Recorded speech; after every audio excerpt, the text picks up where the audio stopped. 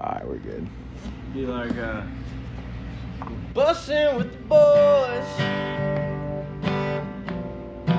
hanging with the fellas, betting on a game. No woman's gonna tell us what to do, and I've been over here just drinking beer and making that noise. Baby, I'm hanging with the fellas, bussin' with the boys. Bro. Good afternoon, ladies and gentlemen. Welcome to another beautiful episode of Bussin' with the Boys. It is Tuesday, February 11th. Right now, as you're listening to this show is being shot on a Saturday. We just got back from New Orleans. Mixed reviews on our experiences there. We'll dive all into that. This is episode Wins and losses. 315. Wins and losses. And we'll be able to go through all of that. But one thing that's never a loss is the Chevy Silverado. And we're presented by our good friends at Chevy. Playoff season reminds us that every weekend counts. To help you pack more into your weekend, Chevy has packed more into the Chevy Silverado Trail Boss. More capability, more muscle, more smarts. And for a second, I thought they were describing me. But we're talking about the Silverado Trail Boss, the truck that says no to nothing. Tailgates, road trips, DIY projects, like transforming an old bus into a recording studio. Maybe? Bring it on. Will. As a Silverado driver myself, I say it all the time, Taylor. Bring it on. Yes, he does. He says that every time we get in the car and I buckle my seatbelt. We lock eyes and he says that exact thing. That's because the Silverado Trail Boss has everything you need for anything the weekend calls for. With 495 pounds per feet of torque, the Z71 suspension, and a 2-inch factory lift, the Trail Boss has top-tier strength and agility paired with the latest truck tech inside and out. The result is a truck that can do it all, then show up on Monday with a story of the ages. So learn more about the Silverado Trail Boss at Chevy.com. Silverado, together. Let's go ahead and drive. All right, we're back from the Chevy ad read. Before we jump into the episode where we recap, we got an entire episode. I'm here right now. It is Monday morning. We are about to break down and recap the Super Bowl. Congratulations to the Philadelphia Eagles on winning Super Bowl 59. We will recap. We're going to recap the Super Bowl here. Taylor and I also came and sat on the bus on Saturday to kind of recap all of Super Bowl week. And then our interview this week is going to be the boys from Workaholics. You got Blake, Durs, and Adam Devine. They're going to be on later in the episode. If you're just tuning in, if this is your first time tuning in, make sure you subscribe to the boys, whether you're getting your podcast on YouTube, Spotify, Apple, Google, wherever it is. Make sure you're subscribed to the boys. Leave comments along the way. We're stoked that you're here. But fellas, the Super Bowl. I mean, that was an ass whooping. Is that Mitch, you might know. I know you're a historian in the NFL. Is that the worst ass beating we've seen in a Super Bowl? I know you got what? One that comes to mind is Ravens over Giants back in the early 2000s. Yeah, I mean, the worst one that I have ever seen. I think they said, like, one of the facts was, like, this is the largest lead in a Super Bowl since, like, the Redskins back in the 70s or something like that. I mean, that game was crazy. It got to a point where I'm sitting there in the middle of the second half. Of course, I'm having fun that Chiefs Kingdom's fallen, the dynasty's not happening. And I've played into this hater of the Chiefs for the last few years, but there was a moment where I had to grab myself because I was actually starting to feel bad for the Chiefs on how bad it was going because I just wanted to see a better game. And then I had to shake myself like, bro, they go to the AFC Championship. They win every year the last 7 years. They have a couple of Super Bowls. Like, they're going to be just fine. But the kingdom has fallen, and the Philadelphia Eagles, the bullies of the NFL, they absolutely manhandled them, bro. That truly was a bloodbath. And that was without Saquon even running crazy. The Chiefs did a good job of kind of keeping him at bay. He slips a couple times in the backfield, but A.J. Brown goes off. Dotson has a big game. How bummed were the fans that had Dotson on first touchdown score? I know the group chat was talking about it. I think Garrett had it. Garrett, did you have it? yeah, I had that. I had Juju. I took all three of the ones I sent in the group text, and I'm jumping higher than I ever have. Because I'm like, oh my God, that's him. Yeah. And then the replay starts happening. I was like, motherfucker. I know. Plus 7,000, right? Yes, bro. That would have been crazy. That would have been a crazy I literally just scrolled when I was texting you guys. I was like, all right, I'm going to send 3. 1 semi-realistic, One that was, Juju was like plus 3,000, and then Dots was plus 7,000. And he had a game too, His over/under for receiving yards was 3.5. which is crazy, bro. He had all his props. Yeah, that one hurt though. That one hurt because then his knees down on the 2-yard line, whatever, and it's like, all right, here we go, bully ball. Yeah, I just could not believe how lopsided the game was, how flat the Chiefs were. I want to say they had several 3-and-outs to open the game, right? Like they were 0 for 6 on third down in the first half. They had about 23 total yards after the first half. Didn't you say, Mitch, they had like 25 total yards going into the fourth quarter? I think going into the fourth quarter, they had like 38 total yards. Which is just unreal. That's a very uncharacteristic, like Andy Reid Chiefs football team. The first half, there's not like a single I could be wrong. Was the D-Hop drop in the first half? Or in the second half? Because that was a 2-minute drill. They needed to go down and get some That's the points. most memorable play they had on offense. I can't recall like one play where I was like, all right, this is a good play until the end when like there wasn't one moment. D-Hop dropping that ball too. Did he was it a like trip it and went his off his- focus went off because it looked like he was going 2 hands and tried one hand. It's like, bro, just He could have easily. Y'all know what it is. It's a Clemson player put in the brightest lights in the biggest moment. We knew this was going to happen. he got himself a touchdown. He got himself a little trash can touchdown. And he is from the 864, so I won't fully hate on him. But yeah, tripping. And also to go back though with the Super Bowls getting dominated in 2014, the Seahawks beat the Broncos 43-8. That's right. They did whoop their ass. Peyton Manning had a bad game. That was the first snap safety or something. Yeah. Yeah, that was an ass beating. Yeah. That's one too. It's like again, right after that game and everybody just eliminating Patrick Mahomes from the GOAT conversation. Like Tom calling the game. Tom had to be hype, low key. Tom was just watching that game, just smoking a cigarette, just watching down the field, be like, yeah, you're not gonna touch me. But it was, the scene in that the Nike movie, what's it called? The Air. He's like, they're going to build you up, and then the moment you slip, they're going to tear you down. Like, the fact that everyone just almost throwing Mahomes into the trash can, like he shouldn't be anywhere close to the GOAT conversation. Don't ever bring it up again. The Patriots dynasty, they come nowhere close to it. Now we get to stop talking about it. It is crazy how they're just shitting on that man. He did have a bad game. Yeah.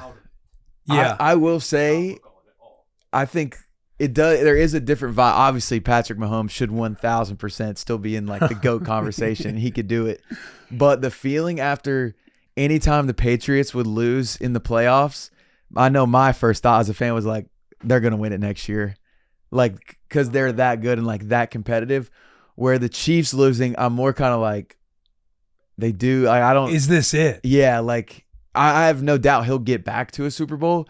But I don't I don't think of the Chiefs as next year like taking it personal and running through everybody like the Patriots would do. Right. And getting beat like that too, it just puts a different. Yeah, the Patriots never had that kind of Patriots never had that kind of loss. And to your point, it's like, who knows if Mahomes, when you witness an ass whooping like that last night, it's like you say, I think it's very easy to say there's no doubt Patrick Mahomes will be back. But after witnessing that, you don't know what's going to happen with Chris Jones. You don't know what's going to happen with Travis Kelce. You never know what those offensive weapons, like, Kareem Hunt, like some guys that kind of came in late. DeAndre Hopkins was another one, not the biggest game changer, but still, you have these holes that are getting filled along this past season. You don't know what's up in the air with the Chiefs' future as far as Mahomes' weapons. Who knows? If you will see them again. That could have been the last time we witnessed the Chiefs in a Super Bowl in the Patrick Mahomes era. That's also like Andy Reid's getting older. Yeah. Like, It's down to him. it honestly, like, I feel like the Chiefs will be fine with all their weapons and stuff because Andy Reid's their head coach and he just is a wizard with figuring out how to get people the ball. But I mean, he's getting old. He's getting longer in the tooth. Like, who knows how long he wants to keep coaching. So it like, you're right. It is like, is our time up? Well, their receiver room is crazy deep at skill level at all positions, and yeah, it's like you lose one or two of those, then you're human, quote unquote. As far as like, okay, you only have one or two guys. We are All good. right, Pat, let's go. We would get Rashee Rice back next year Crazy with damn. Xavier Worthy. and Sky Moore. So yeah, Sky Moore hasn't done anything. But like Marquise Brown, I think they signed him to a couple years.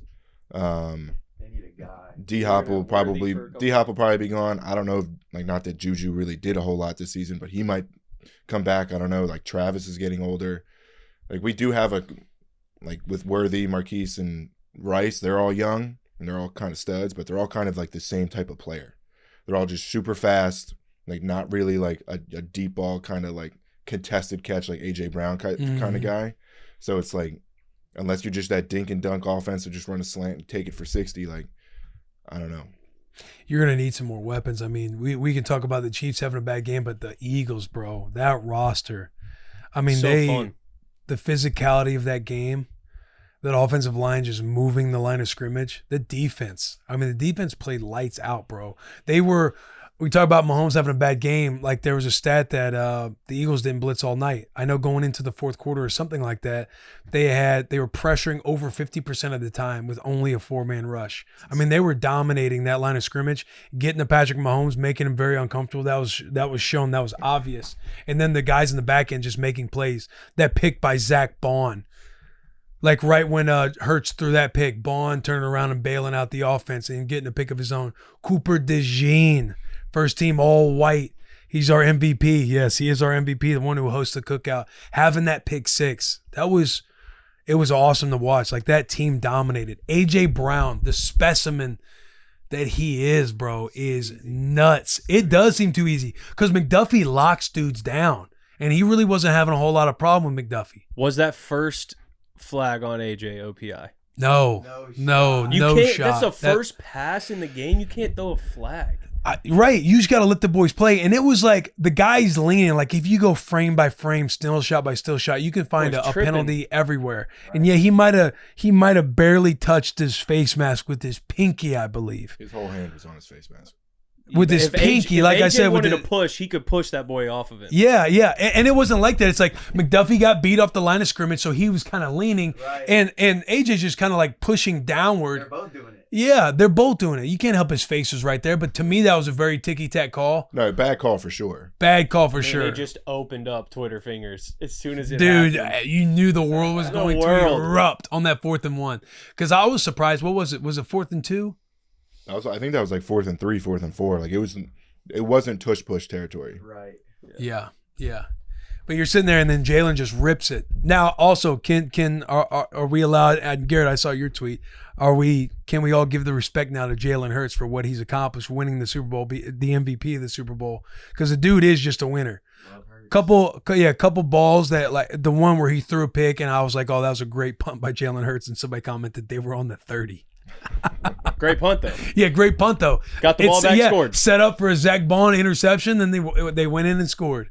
But the Jalen, his resume is way better than people realize. Like, he's won at every level. Every level. That commercial he has now. Fire. Love Hurts. And the swaggiest little song with it too. Like, he's such a vibe. And Loki, I hate, like, I'm obviously gonna be glazing him, but he is so swaggy, bro. He's got handsome. He got the hoop earrings, the cheekbones, the winks, the way he delivers, the way he talks, his tone of voice. After the game, they had him on the. He could get him all on the panel. He's got a team full of women around him, like his agent rep, his marketing, all of it. The dude's got juice. The dude has all the juice in the world, and I need just a little bit of it. Yeah, it'd be awesome to have him on the bus. Yeah. I think we can get him on. Who gets the Super Bowl? What you mean? Alabama or Oklahoma? I mean, that's like a debate that'll go on forever, but look at what he did at Alabama. SEC championships, national championships. Went to Oklahoma, didn't win any of those, but he was a Heisman finalist. So, I mean, that debate can go forever, but he won. I was going to say we'll get him on the bus, and we won't let him get around it. Your bowl schools, no, bro. Yeah. After the game, they asked him, like the question, like, how you deal with adversity. He was like, everything I've been through. And people like forget that he has won SEC championships. All they remember is that he got benched and that he went to Oklahoma. Dude was a freshman, went straight to the national championship. Yeah, he's a baller. He is a baller. And at that point, he was a one-look guy and run. And you got to think, too, like the balls on the Eagles organization for when they moved on from Wentz and drafted Jalen Hurts. Everyone wanted that. I mean, the Eagles fans want everybody fired at all times, but everybody was calling for their head then, right? Then they go to the Super Bowl and lose it with Hurts. And the fact that you're back in the Super Bowl, a couple years later, 2 years later, So they win. and then you win, Hurts is the MVP, you got to be sitting up there like front office, all those guys, whoever was involved with taking the shot at Jalen Hurts and be like, all right, let's move on now from Carson Wentz when Nick Foles won the title. Like you got whatever pieces you want. You can kind of go any direction with the quarterback. But to put your eggs in on Jalen Hurts, now he's got a second contract with them. He's won you a Super Bowl and brought the Lombardi back. Yeah, his first year as a starter was Sirianni's first year. Go to the Super Bowl. Next year, lose. Third year, they go to the Super. This would be his third year or fourth year. Third year was last year when they went 10-0 and then shit the bed. Right, but Sirianni's first. I thought 4 it's only years, been 2 years since the Super Bowl.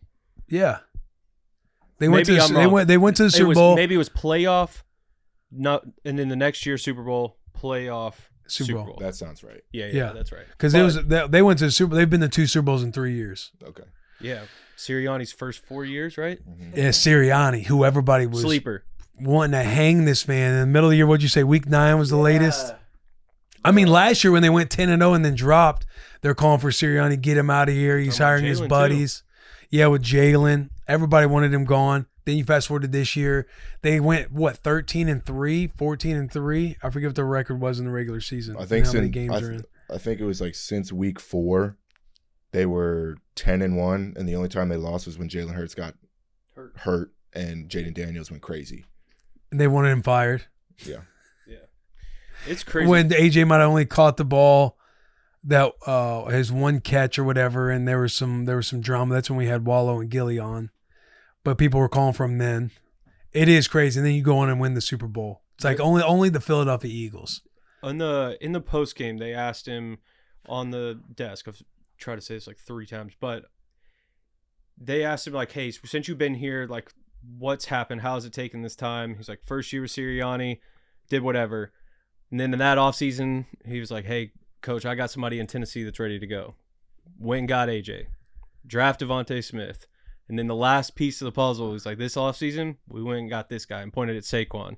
It's like they really have like had pieces, gotten as far as they've gotten. The next year, add pieces, same thing. And then they go and get Saquon. And they're it was lucky like, to have the continuity that they have like along the line of scrimmage that they've That's what I was gonna experienced. say. It's like Juergens came in and he was kind of behind Kelsey. He's learning from Kelsey, but you got Lane Johnson, who's been just a steady force the whole time. You got guys along the defensive line when Jalen Carter's been able to come in, but you get Sweat from the Washington or the Bears, wherever he came from. I know he started with Washington. You got Brandon Graham. Like they've had some continuity at Vets. key spots, some good vets. They've brought in good vets, but they've also drafted well. They That's all I was drafted gonna say. very well. Their draft is insane. Quinyon Mitchell and Cooper DeJean, those 2 cats right there, man. Jalen Carter. I think they actually Because I want to say their back 7 was like the worst in the league last year. And now they're looking at the number 1 defense in the NFL this year. I think they for drafted cheap. Josh Sweat. Because you're thinking of Montez Sweat. I'm thinking of Montez Sweat. Josh Sweat You're right. from That's Florida on me. State was a dog. So like he's another guy that they've drafted. But they drafted Georgia D lineman. They drafted a Georgia D lineman and Georgia linebacker. The next year did the same thing. You got And even Jordan you talked Davis, about the Nolan Jordan Smith, linebacker. What's his name again? N'Kobe Dean. N'Kobe Dean, N'Kobe baller. Dean and Nolan He Smith went for Georgia. down in the playoffs, and then you And got then four. Burks. Yeah. What's his fucking first name? That's my guy. I'm gonna say number Montez. 42. Yeah, number 42. I don't know But his first name. I'm talking about his. Like this is my boy, and I'm drawing a blank on his name right now. You know my boy. Yeah. He got drafted out of Vandy, played at Green Bay. Oren Burks, OB. Yeah, OB. Oren Burks comes in, and he does a hell of a job just filling in. Like, again, this team from top to Then bottom. you had Zach Bond. Yeah, Zach Bond making the transition to inside backer, off the ball linebacker. But just the vets that they've had, Darius Slay, they're talking about, oh, as he lost a step, he's kind of getting old. And then you just put this youth around him that helps, pick him up. You got Reed Blankenship on the back end, Cooper DeJean, Quinyon Mitchell. Who's their other safety? Did you say Reed? Reed Blankenship. I don't remember. I don't. You're supposed to be our guy, man. No, I know. I didn't. He's I a didn't. Chiefs guy. I didn't hear what names you just said. Supposed to be our guy. Just the other safety. I didn't hear all the different guys you said. There's 2 It safeties. is crazy though. They just dominated from the start of the game. Yeah. I'd be curious too, like what they look like next year. I'm sure they'll be good. The Eagles? Yeah. I don't know if they have anybody with their contract up. Like, the only person that's kind of like an if is Lane Johnson because he's getting older. But, I mean, he's got better numbers than Penei Sewell, and Penei Sewell was all-pro. So it's like... But if you're Lane Johnson that old, you go off into the sunset with your one Super Bowl. They probably got somebody right behind him ready to go. Ready to go. It was They're impressive, the biggest man. O-line or heaviest O-line in Super Bowl history. I did see that. I stat. saw that. I think they have the stat, heaviest too. O-line, tallest O-line of Cam all Jurgen time. at the center too. Did you see the comparable of The first Super Bowl average weight versus the Super Bowl now? 6'3", 245, and then the Eagles were 6'6", 6'7". 330. Yeah. Was it 6'6", 6'7"? I have no idea, but Either I way. mean, Mekhi Becton 6'7", Jordan Mailata is like 6'8". Mekhi Becton 6'7", 360 pounds. As a guard. Seeing him in person, As a guard. bro. Seeing him in person, I literally saw him. He stood up. I said, Oh no!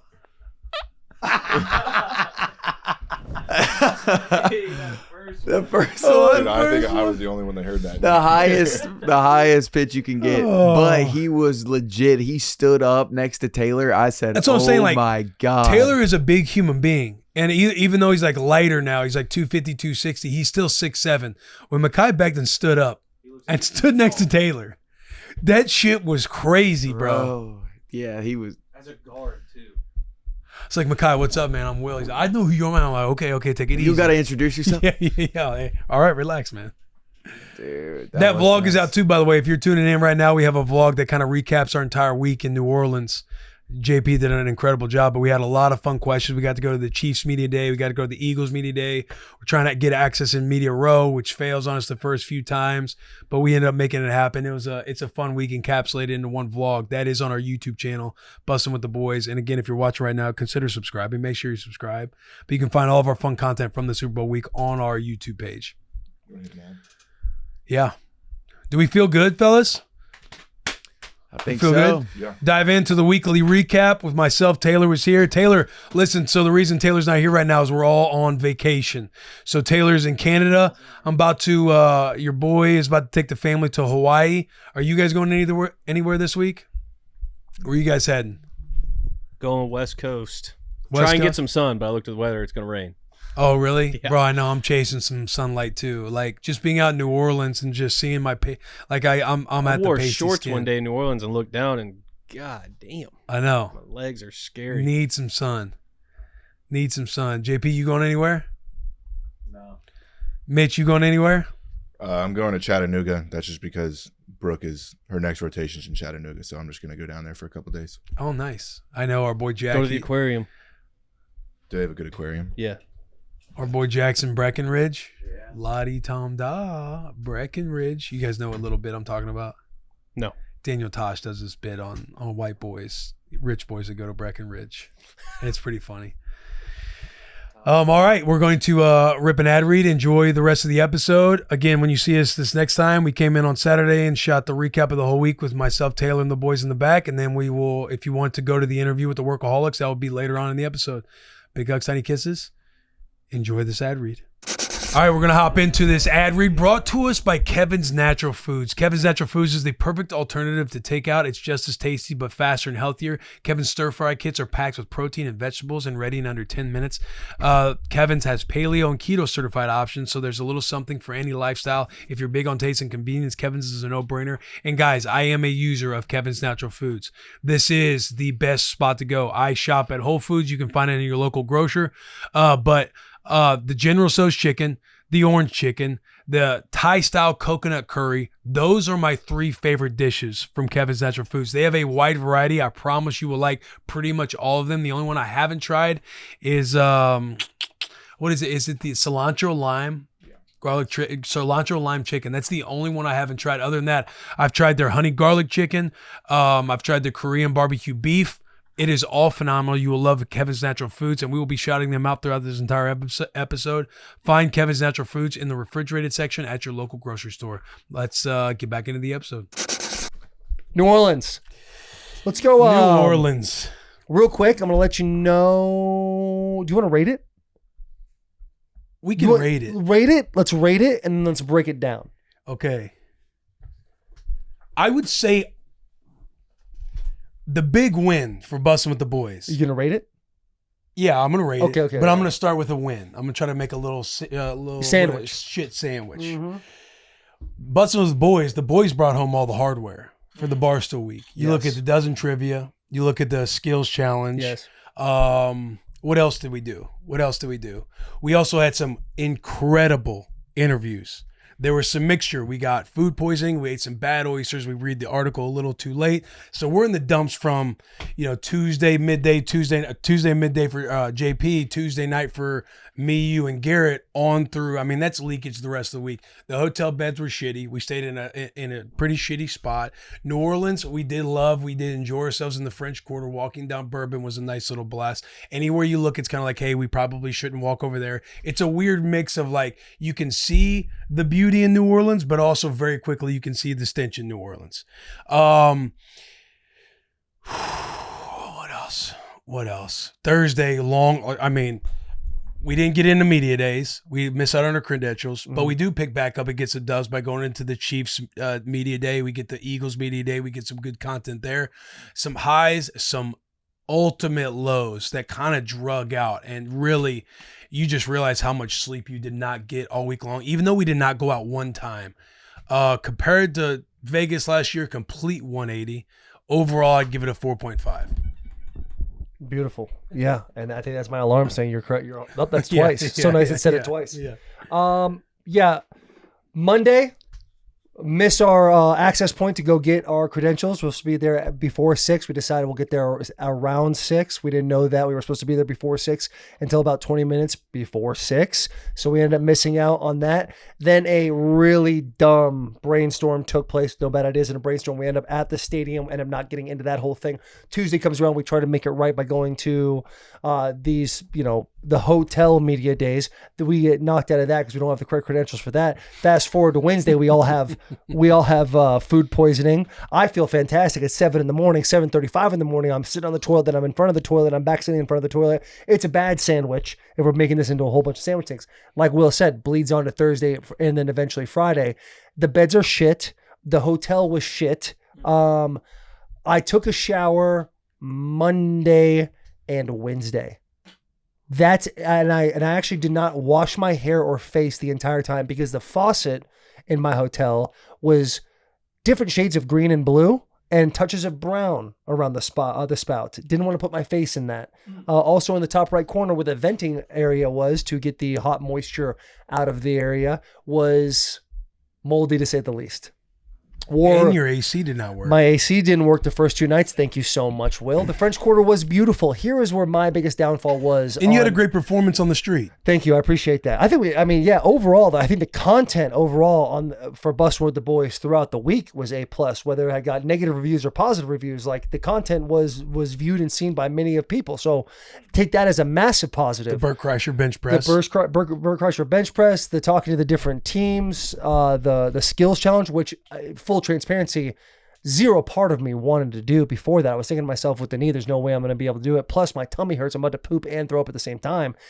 End up bawling in that whole entire thing. If you were able to watch it, I don't know if they're playing it back. Will Compton had himself a show as well. Going back to Will saying we took home the hardware. So positives, lots of negatives. My biggest negative for me, I'm a huge fan of New Orleans. I actually love the culture. I love the vibe. I love the grittiness. The fact that you feel like you're in a third world country, but really you're in the United States of America. The voodoo, the spookiness. I've already said it, but the history of all of it. So I'm excited to indulge in the culture with the boys that haven't been. JP, William, Mitch. You never been either, correct? But the Sherm, Jack, Garrett, you guys have all been. So I'm excited to be like, this place has got some really cool culture about it. It's really exciting. There's not a world or a leg I can stand on from here on out that I can look at Mitch, JP, or Will in the face and say, hey, it sounds like a great idea. Let's go to New Orleans. Right? Yeah.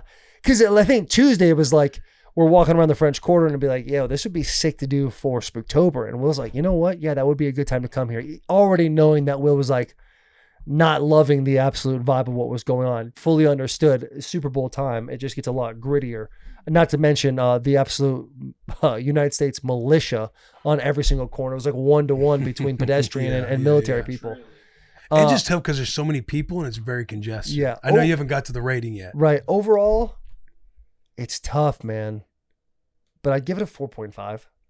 Right in line. Right in line. I I will say this. I would go back in a heartbeat 4. for Spooktober. Okay. That's good to know because I was going to let the pain of this week kind of get away from us until I was going to jump back into like June or July. And then I was going to slide it onto the table at a team meeting one day being like, hey, it's on the horizon. Maybe we go to New Orleans and just see how many eye rolls I was going to get. We were focused on Super Bowl, but every time like you and Sherm were on this, the scent of this, the haunted stuff and the spot that you were wanting to do on Thursday, it is like walking around that place, even the Vampire Boutique that we went to. It's like, that does seem like a place that comes alive in the month of October. Now let's play a little game of accountability. They cause our downfall. 235 days till Spooktober. If any of you guys are wondering, that's October 1, correct, G? Thank you very much. Also, shout out G just now for giving me that little piece of information on his phone. That's outstanding work. Round of applause for G. Absolutely beautiful. I do have to take a level of accountability. It was brought up by Sherm in the group chat right after as we got into New Orleans and my bag was lost. So that was just rounding out. That's another. Rounding out, but also. Surprised you weren't lower than a 4.5. Yeah. Nonetheless, one of the worst 4.5s you've ever witnessed. One of the worst 4.5s I've probably ever given in my life. I will say the bag thing was actually my fault, not the beautiful Southwest Airlines. Oh, for real? Yeah, it was my fault. It was like so the night before when I think everybody's just scratching and clawing to get ourselves back to Nashville, Tennessee and lay in our beds. I can't wait for you to say this because I got a random text yesterday when I got home that confused me, but then I thought about it. You tell your story. Okay. You tell your story. This is going to make really sense. Excited. Okay. Yeah. So around like 10 p.m. at night, we're like, first off, for those of you who aren't with us, the people that are on this bus, on Thursday from like literally 6:15 a.m. to 10:30 at night, 11 at night. Yeah. We literally did not stop. I know the boys got like 15, 20 minutes. Will and I had to go like shake some hands, kiss some babies type of thing. But it was go all day to the point where like would have really loved. I thought we had a little bit of like a 3 to 5 where we'd have a little break. There was no break at all. So we get back to our hotels. We're hitting the group chat. We're like, hey, there's this flight. Our flight's supposed to be at 4:55, but there's this flight at 2 p.m. We should do that.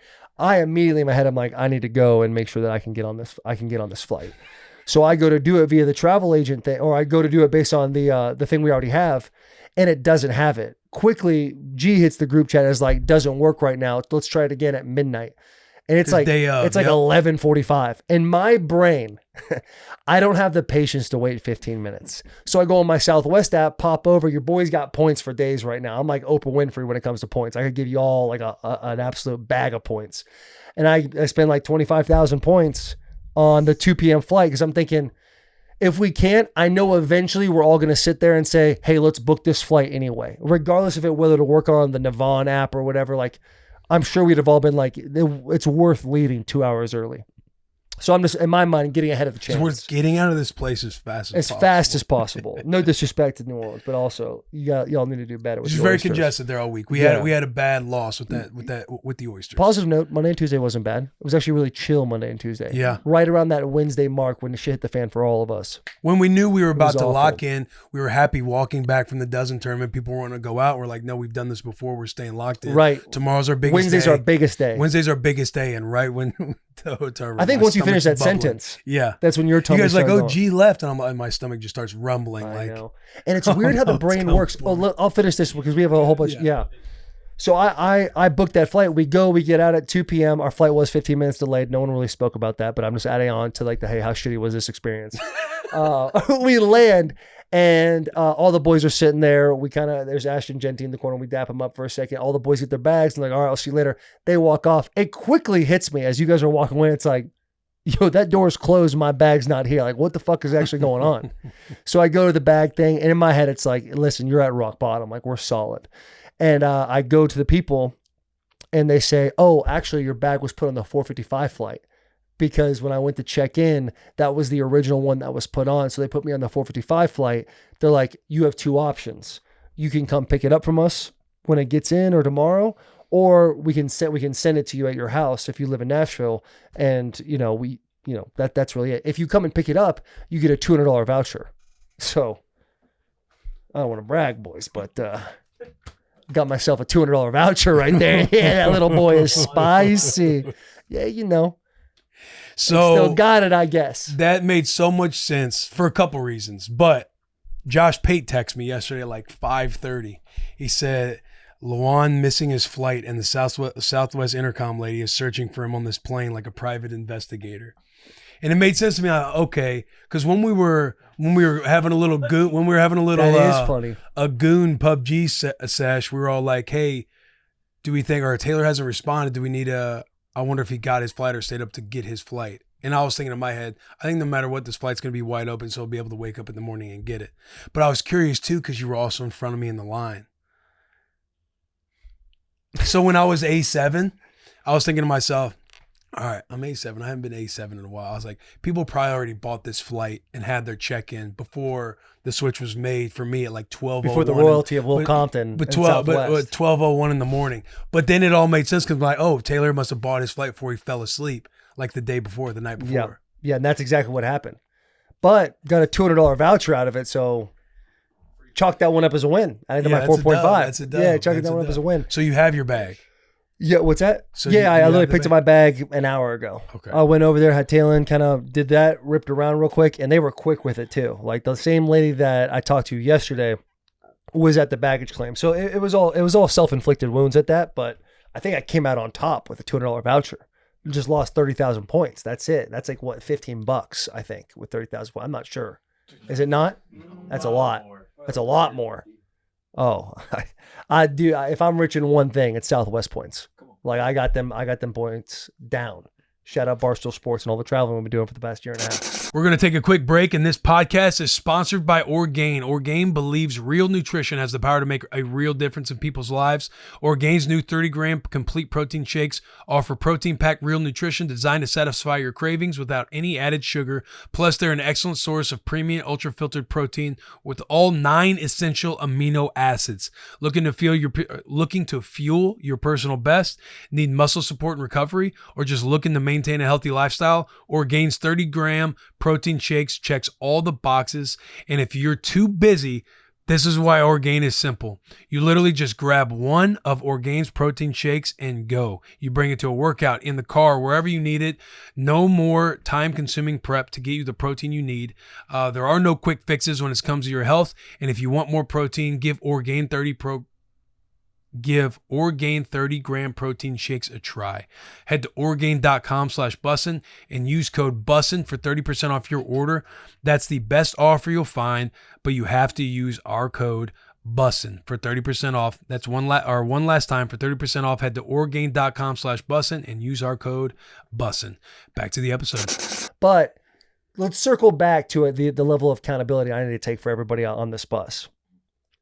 Tuesday, before shit hits the fan, we're like, hey, what are we going to do? We got some time. Like, and negativity is starting to creep up in all of us because we missed Monday. Tuesday, we try to make it right. So when we don't get our credentials on Monday, it's like, what are we going to do? We end up going to the stadium thinking to ourselves, there's not going to be security. You have to get tickets in the fan zone. Obviously, that was not the case. We thought we were big. We thought we were smarter than the rest of the bunch. Yeah, and we'll do some man on the street stuff like, hey, if content won't come to us, we'll come to the content. We'll make it work. So we do a Bus with the Boys. We fuck up, we fix it, we repeat. That might be the foundational pieces of a Bus with the Boys. So we go down to the French Quarter after we're not allowed in the team hotels because our credentials aren't right, where everyone's kind of like a little bummed out. We take the nice little walk, a nice stroll. We get into the French Quarter. There's this gentleman named Liam who has his Chinese toys that are like centuries years old. The second oldest toys ever. I am thrusted into his street. What's it called? His street performance. Thank you. It was awesome. A lot of fun. Get some beignets with the boys, grab a coffee. So one person recognizes Will and I, and then all of a sudden everybody decides one picture was taken. The whole rest of the restaurant wants to get taken. One guy takes me off into the corner, was like, now, hey, put your hands up and like dap me up like we're boys. I'm like, all right, yeah, for sure. Dude had a crazy accent.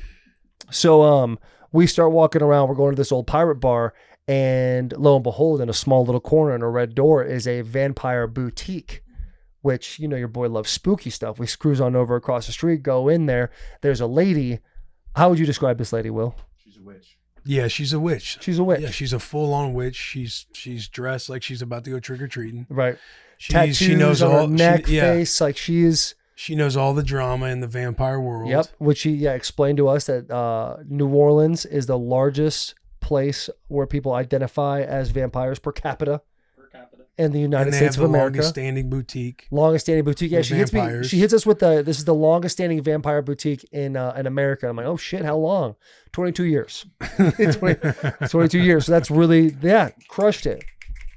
And then was it you, Sherm, that got changed for $1? Yes. Sherm got changed for $1 because there was like little wishing thing. There's like this. Accountability on me for No. There's no accountability for you to take here. Okay. Zero. But there's like this wishing well type thing that's in the corner of the boutique as we're exiting the place, correct? It's got coins in it and It's got cigarettes. coins in it, and there's like the witch doctor or something like that. Yeah, he doesn't cigarettes. grant everybody's wish, but every once in a while he gets a little bored and grants somebody which on a cute little card. And I get my thing. And listen, people take wishes for granted. When it comes to me giving a wish, I don't care if it's a well, a genie, or this little situation with a vampire boutique. Like I'm fully involved in my mind of actually making a wish as if it's 100% going to come true. Or I'm trying to articulately put my sentences together correctly in my mind before I place it into where it needs to be placed. Did you wish like this food poisoning on us? No, but I put the quarter down as I'm starting to finish my thought, and I have like a hiccup in my brain. So I put the quarter down, I grabbed the quarter out and finish the thought and put it back. And JP said right then and there, he's like, you might have just fucked us. An hour later, JP's like, my stomach hurts. Because I witnessed it. Yeah. An hour later, JP's stomach hurts. 2 hours later, Garrett's stomach hurts. 3 hours later, Will's hurts. 9 hours after that, mine hurts.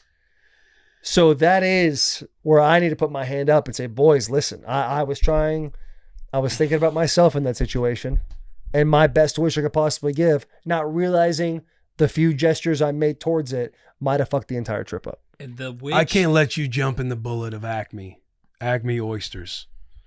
That place fucked us. Thank you. That place got us. Because it was wearing on me since the moment Yeah. that text was sent. Because it was literally like a light bulb went off in my head. Like, I really did do that to the boys. We shouldn't even be wishing to witches anyways. I was gonna say the Wishes to witch. But also, bitches. what if that would happen and you wouldn't have made the comment? Like, would it have still been just a normal wish? Since Taylor wasn't like, he was just still making a wish, but you had to make the comment. Then it kind of snowballed from there. No, I don't think it was the comment. I think, how many people do you know that make the wish and then take the wish back and then can wish again? Have you ever watched a wishing movie? That's not how it works. Can't do it. Yeah, that's it. Movie I did Babe, see Tom Wishbone. Hanks, phenomenal Yeah. movie for those of you who haven't seen it. Great movie. So yeah, that I can't help but feel like I put all my boys in harm's way in that situation. That was a tough one. So for that, I do apologize, gentlemen. We're on the up and ups from here. And if things continue to snowball for Bussin' with the Boys, I will fly down myself. I will Yeah, fly you down gotta- myself. This is an absolute promise. If 3 more things happen, I will fly down to New Orleans. I will go to that boutique. I will absolutely put a coin in there to unwish the wish that I wished. And then I'll put another coin in there to make sure that wish that came true because I really meant that wish. To save money on flights for you to have to go all the way down there. I did bring up to JP. I saw that there are psychics in Nashville. I didn't know if we wanted to do like a sage burning, some kind of reverse curse, Yeah. if needed, here at the shop. I have I've been around psychics. I've done a psychic session more times than I'd like to say. I have. How many? More times than I'd like to say, Mitch. So I'm down. I'm down to do that as well. I'm down to jump in that game because I can't have this type of blood on my hands. Not my fucking boys. Not my guys. I can't take you guys into the fire. All right? Take me, right? Take me. I'll Shia just- LaBeouf. Fury. Send me. I'll go. I'll go. Not you. I do think we're starting to get some. We're starting to come up for air. Shout out, no free shout out. I did enjoy my first morning too this morning. Yeah? All week long, for the first time all week long. Nice. Okay, solid shits. Like it was good. It was enjoyable. I felt like I was back. We're back. Still waiting. Really, you haven't gotten there yet? No, it's not that I haven't gotten there. I just haven't had one come by. that needs to be let out. Yeah. Yeah. Flying. Yeah, Floating. I think I was vacated a little bit too much to where my body's like, we're good for a minute. Because it's been like a day. I'm still drinking, like peeing, like barely peeing. Dude, I'm peeing like brown still. It's weird. I'm drinking a whole lot of water too. Maybe that's a personal problem. I don't know, but I'm just trying to find something, you know? Because I know that everything's not working so well in the gut area for me right now. It's like it's burning a little bit down Yeah, there it burns too. when I don't I know. pee. I'm What's really the deal with itchy. that, boys? I got this rash on the side too. You guys got a rash? It's a tough deal, man. Tough. It was a tough week for Bussin with the boys. From a morale standpoint, from a fighting through the fringe. The good news is we got all the content we actually need to get done. We interrupt this episode to bring you Thai-style coconut chicken, Korean barbecue, garlic chicken, General Tso's chicken, orange chicken. We are back with Kevin's Natural Foods. Kevin Natural Foods is a perfect alternative to takeout. It's just as tasty, but faster and healthier. And their heat and eat entrees are packed with protein and ready in under 10 minutes. Kevin's has paleo and keto certified options, so there's something for any lifestyle out there. And if you're big on taste and convenience, Kevin's is a no-brainer. You can do it in the microwave. You can also throw it on a nice little pan and fry that thing up. Find Kevin's Natural Foods in the refrigerated section at your local grocery store. Back to the episode. Great dinner. Yep. Yeah, A good, dinner. yeah. I thought we did it with everything that happened to the squad. I thought we did a good job trying to fight through the fringe. Mm-hmm. Got all the ads done. Got all the ads done. A lot of ads. Happy Lot to of do them ads. too. A lot of ads. Happy to do them. We what else do we want to talk about from New Orleans? I mean, there was a lot of stuff that involved the boys too. Pardon my take, trying to Barstool Sports, trying to get all the boys in the back of the bus. Sherm, they were poaching you. Yeah, Sherm Cat, Big Sherm. It was getting thrown my way, but I'm not fucking leaving. The show goes on.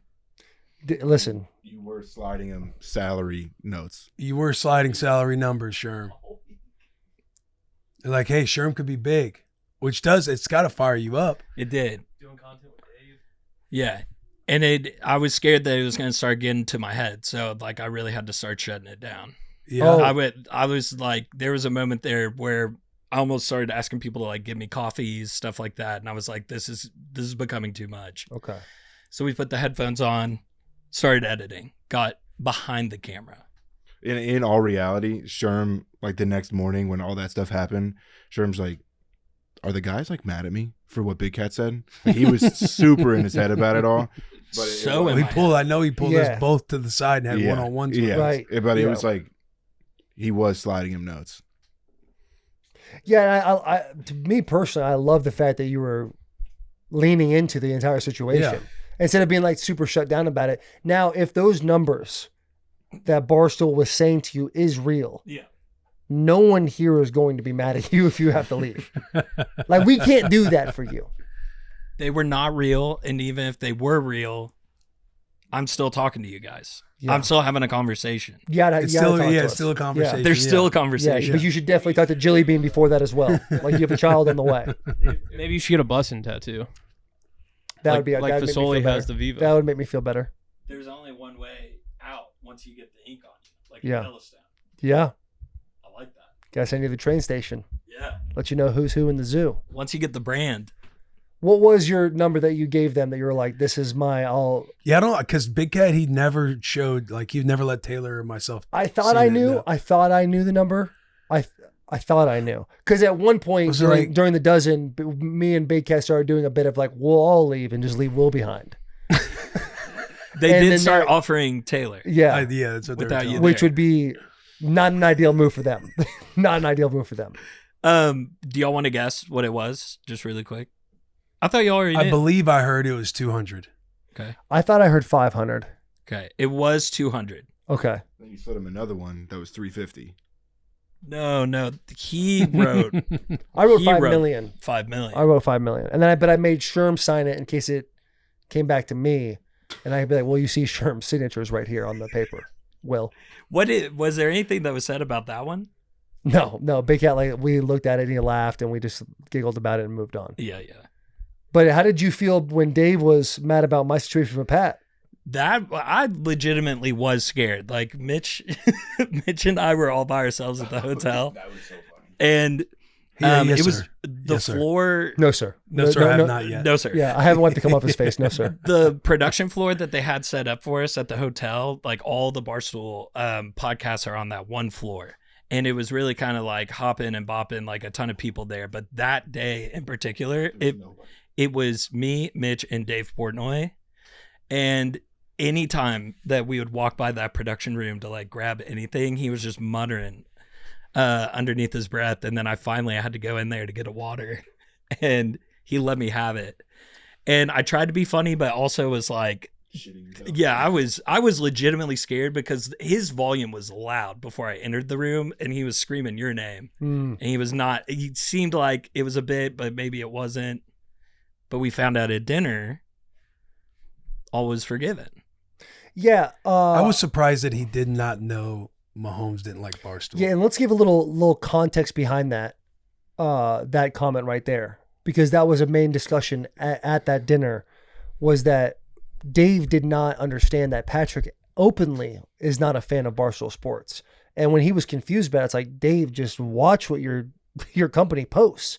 Because it's one thing if like the New York Times or whoever is like, Patrick Mahomes' family might be a distraction for Patrick Mahomes and his success in the NFL. Like that would be a title that a mainstream media company would put on. Barstool Sports would be like, Patrick Mahomes' his brother should go to prison for the way he dances on TikTok. His wife's a bitch. Like just saying super, like very Barstool things. Yeah. And so obviously he's going to be upset about that. But once Dave was like, I didn't know that Pat hated us, and Baycat literally told me, I was like, well, yeah, that's like the phrasing of the question. So we did have a good conversation about it. But also, Pat has been close to coming on our show before. Multiple times. Yeah, like back when you said, well, you follow Will back, like there was the time where you had even called him and congratulated him on that contract. Like we had asked him a couple times, a couple different years, because the first time he was down and it ultimately didn't work out. And the second time it came back around, that's when he had unfollowed, and ultimately they just kind of went, his side kind of went dark on us. And then the response we got back was he's not going on anything Barstool. He's not doing anything Barstool. Yeah. So that was a known thing. So I'm pretty sure you times. talked to Big Cat about it at one time as well, right? And Big Cat was like, oh yeah, he hates us. Yeah. I mean, again, when we were at the dinner with Dave, I was like, I'm legitimately surprised that you didn't know. Right. He wasn't messing with Barstool. But obviously, and it was like we had even gotten close before, so that's why even the context of the question, like even on our story and journey with Mahomes too, like he was close to coming on, and then ultimately he was choosing not to do anything Barstool related. Not to do anything Barstool related. Obviously, the phrasing of the question could be different. I didn't know in my mind that I was going to hurt anybody's feelings on the Barstool end. Truly, 100%. That was a genuine thought process. I reiterated that to Dave at dinner, and actually sent him a text as well on our flight back. And I was like, hey, it was like a gratitude text. Thank you for everything you've done for us. Like I appreciate you. You're the man. Want to reiterate what I said at dinner, but yeah, would never intentionally try to hurt the look of Barstool Sports so Patrick Mahomes would come on our show. But in the words of Dave Portnoy, like numbers are numbers. that shit did go crazy. Yeah, I remember. Yeah, and then Brandon Walker like trying to jump in on it. It's just like, all right, Brandon. And like, I like Jay Brandon too. Like he doesn't ask just bizarre questions sometimes. Yeah, and like they're like, and he even asked to get him to follow him back on Twitter, and I'm like, well, no, technically, I asked to get Will to get followed back on Twitter. Love Stephen Che. I, for whatever reason, love Brandon as well. He's Dave but also Dave came to dinner. Yeah, fashionably 90 minutes late. Was it only 90? I thought it was at least 2 hours. It was getting close. I know when we got the dinner reservation, we were wanting to do, people had, like I want to say the Yak had a dinner early, and you just hear people like we had a dinner that we had to go to like on Wednesday, and it's like, hey, I know we have all this stuff going on, but we should get something going with like for us, like just the boys, eat whatever you want, go to a nice spot. And the one place we were trying to go to at first, it was like it requires 10 people, and we don't have 10 people. And somebody had the idea, they're like, yo, this is a good redemption story, like invite Dave. Dave said yes so quickly that we also thought antennas were flying. Yeah, up antennas were up. Like he's not going to come. We should get balloons.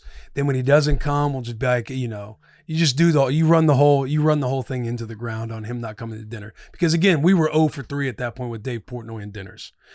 So it got to that day, And honestly, we got to the restaurant, hadn't talked to him about it in a couple days. We changed the location of the restaurant because the IV doctor who came in to help us out was like, no, don't go to that spot.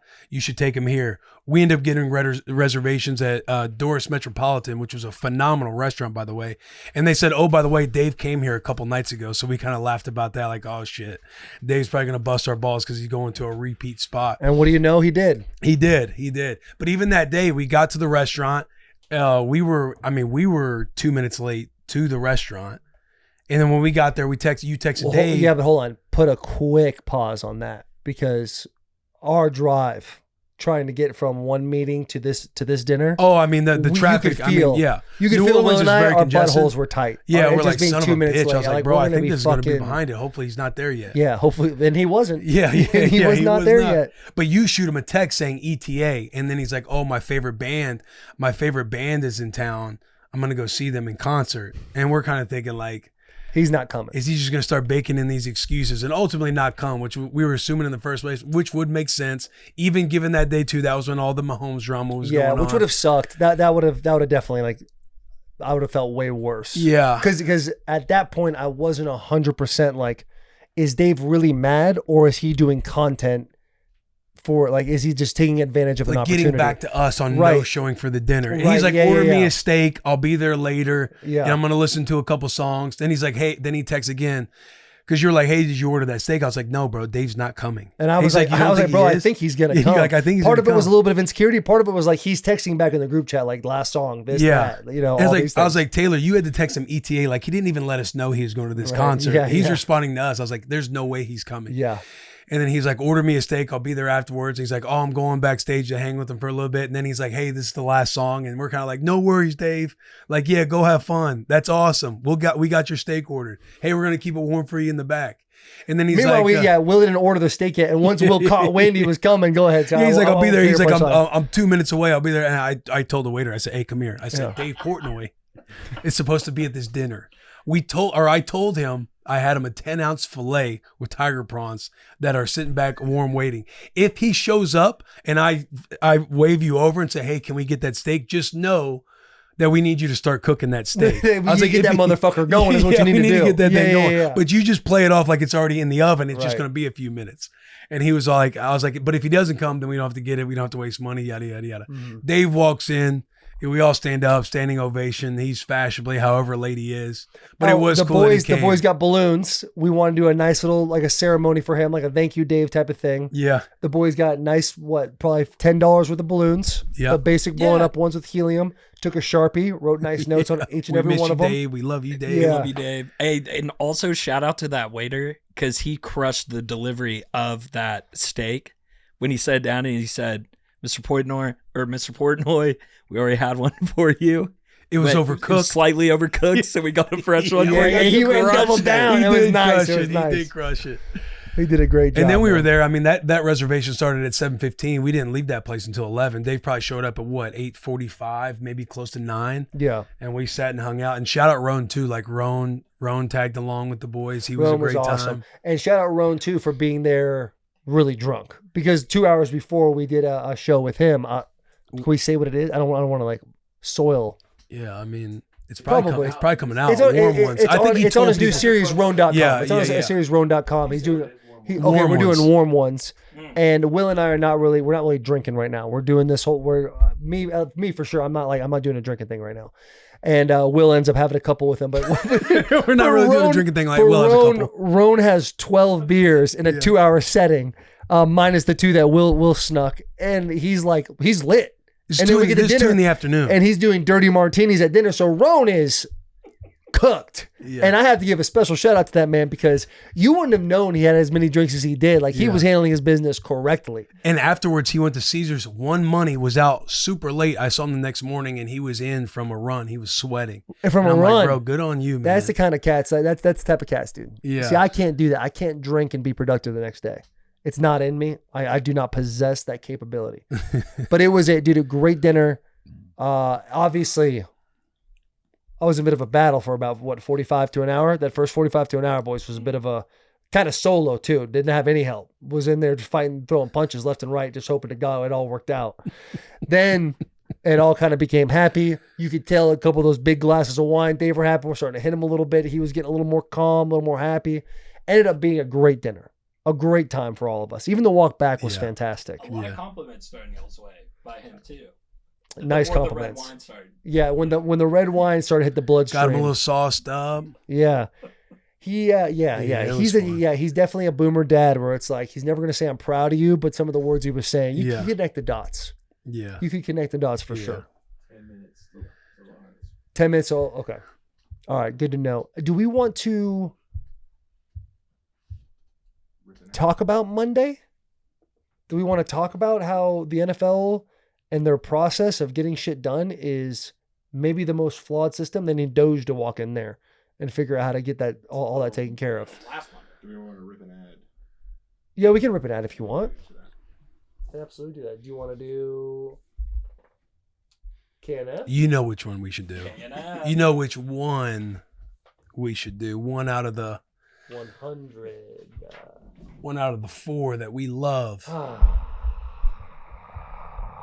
Okay. We know that you feel your honestly, best when you eat well. Go ahead. This is honestly what we should have eaten the entire time. We would never have food poisoning. we would have never had food poisoning. You know you always feel your best when you eat well, but life is hectic and it's hard to find a healthy option that's quick and easy. That's where Kevin Natural Foods comes in. Kevin's is honestly getting the Barstool team through a crazy busy playoff season.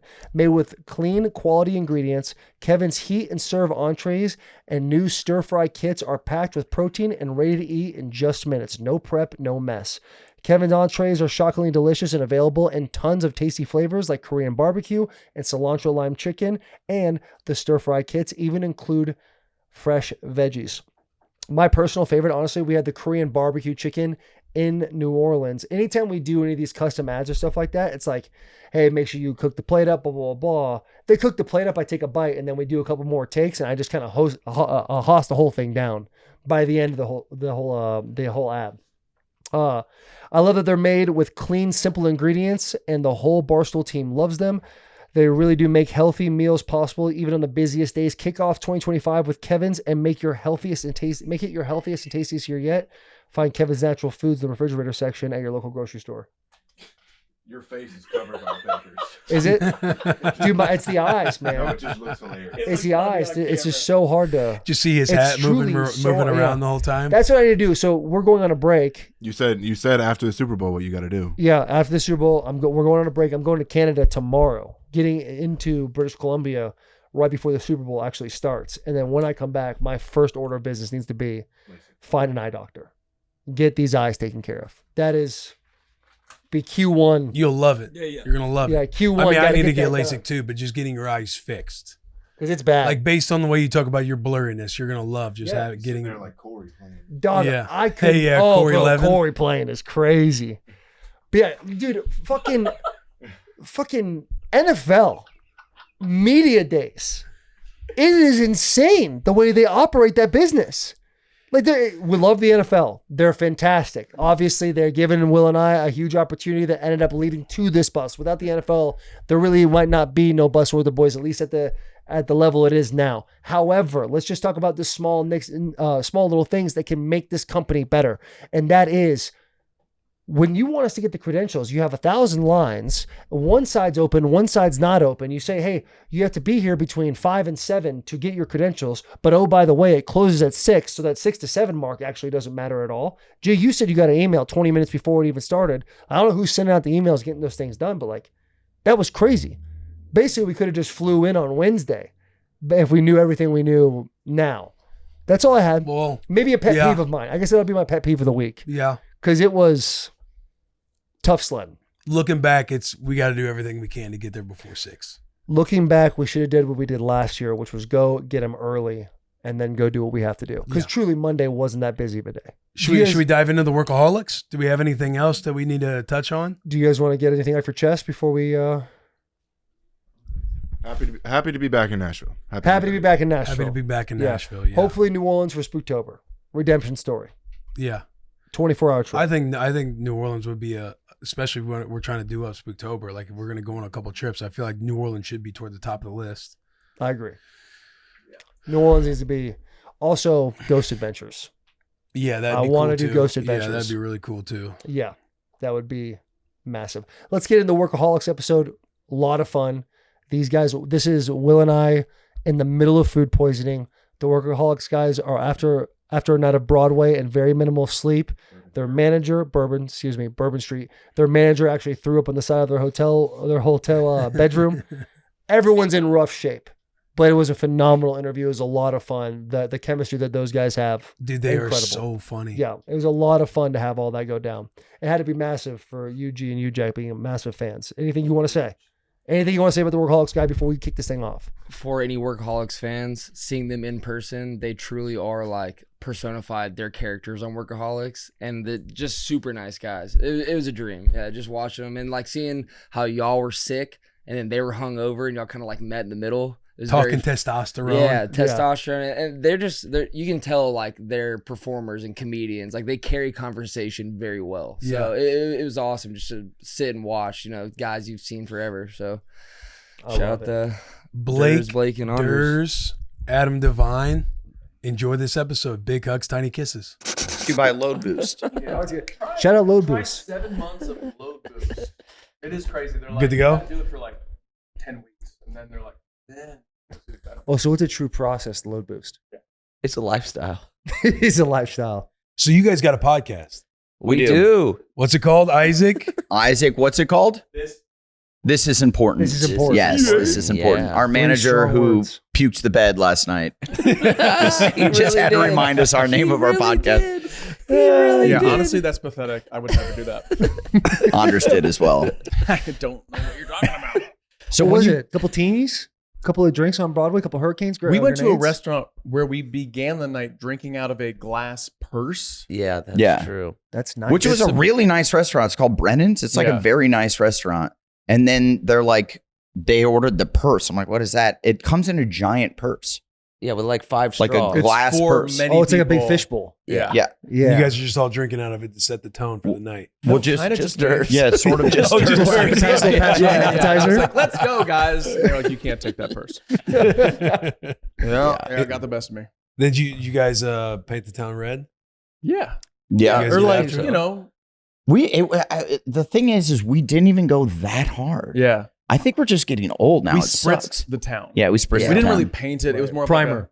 Yeah, Yeah. We had Put a absinthe. soft coat down. We had we absinthe. did have That's a big absinthe. deal. Yeah, Okay. so that's Yeah. started the Bourbon Street festivities Yeah. It was Is like, absinthe at the vampire bar we were talking at the about before vampire show? bar. there's yeah. vampires Yeah. everywhere out Dude, we here. went gotta- to yesterday. We were in the French Quarter. See Yeah. this small little red door, vampire shop, vampire boutique is what it said. Uh-huh. Walked in, this heavy set, beautiful woman with a bunch of tattoos on her face. Mm. She starts putting us on game. This is the longest standing vampire boutique in the whole country. Right. Huge Biggest windows. population of So how long? vampires in I North was thinking to myself, America. like, how many hundreds of years has this been around? She's like 22 years strong. Yeah. Hell yeah. And she's like, this location is where the most people in the world identify as vampire in New Orleans. So Slides me a little card over. Absolutely. She says, go to this Nothing absinthe place, surprises me.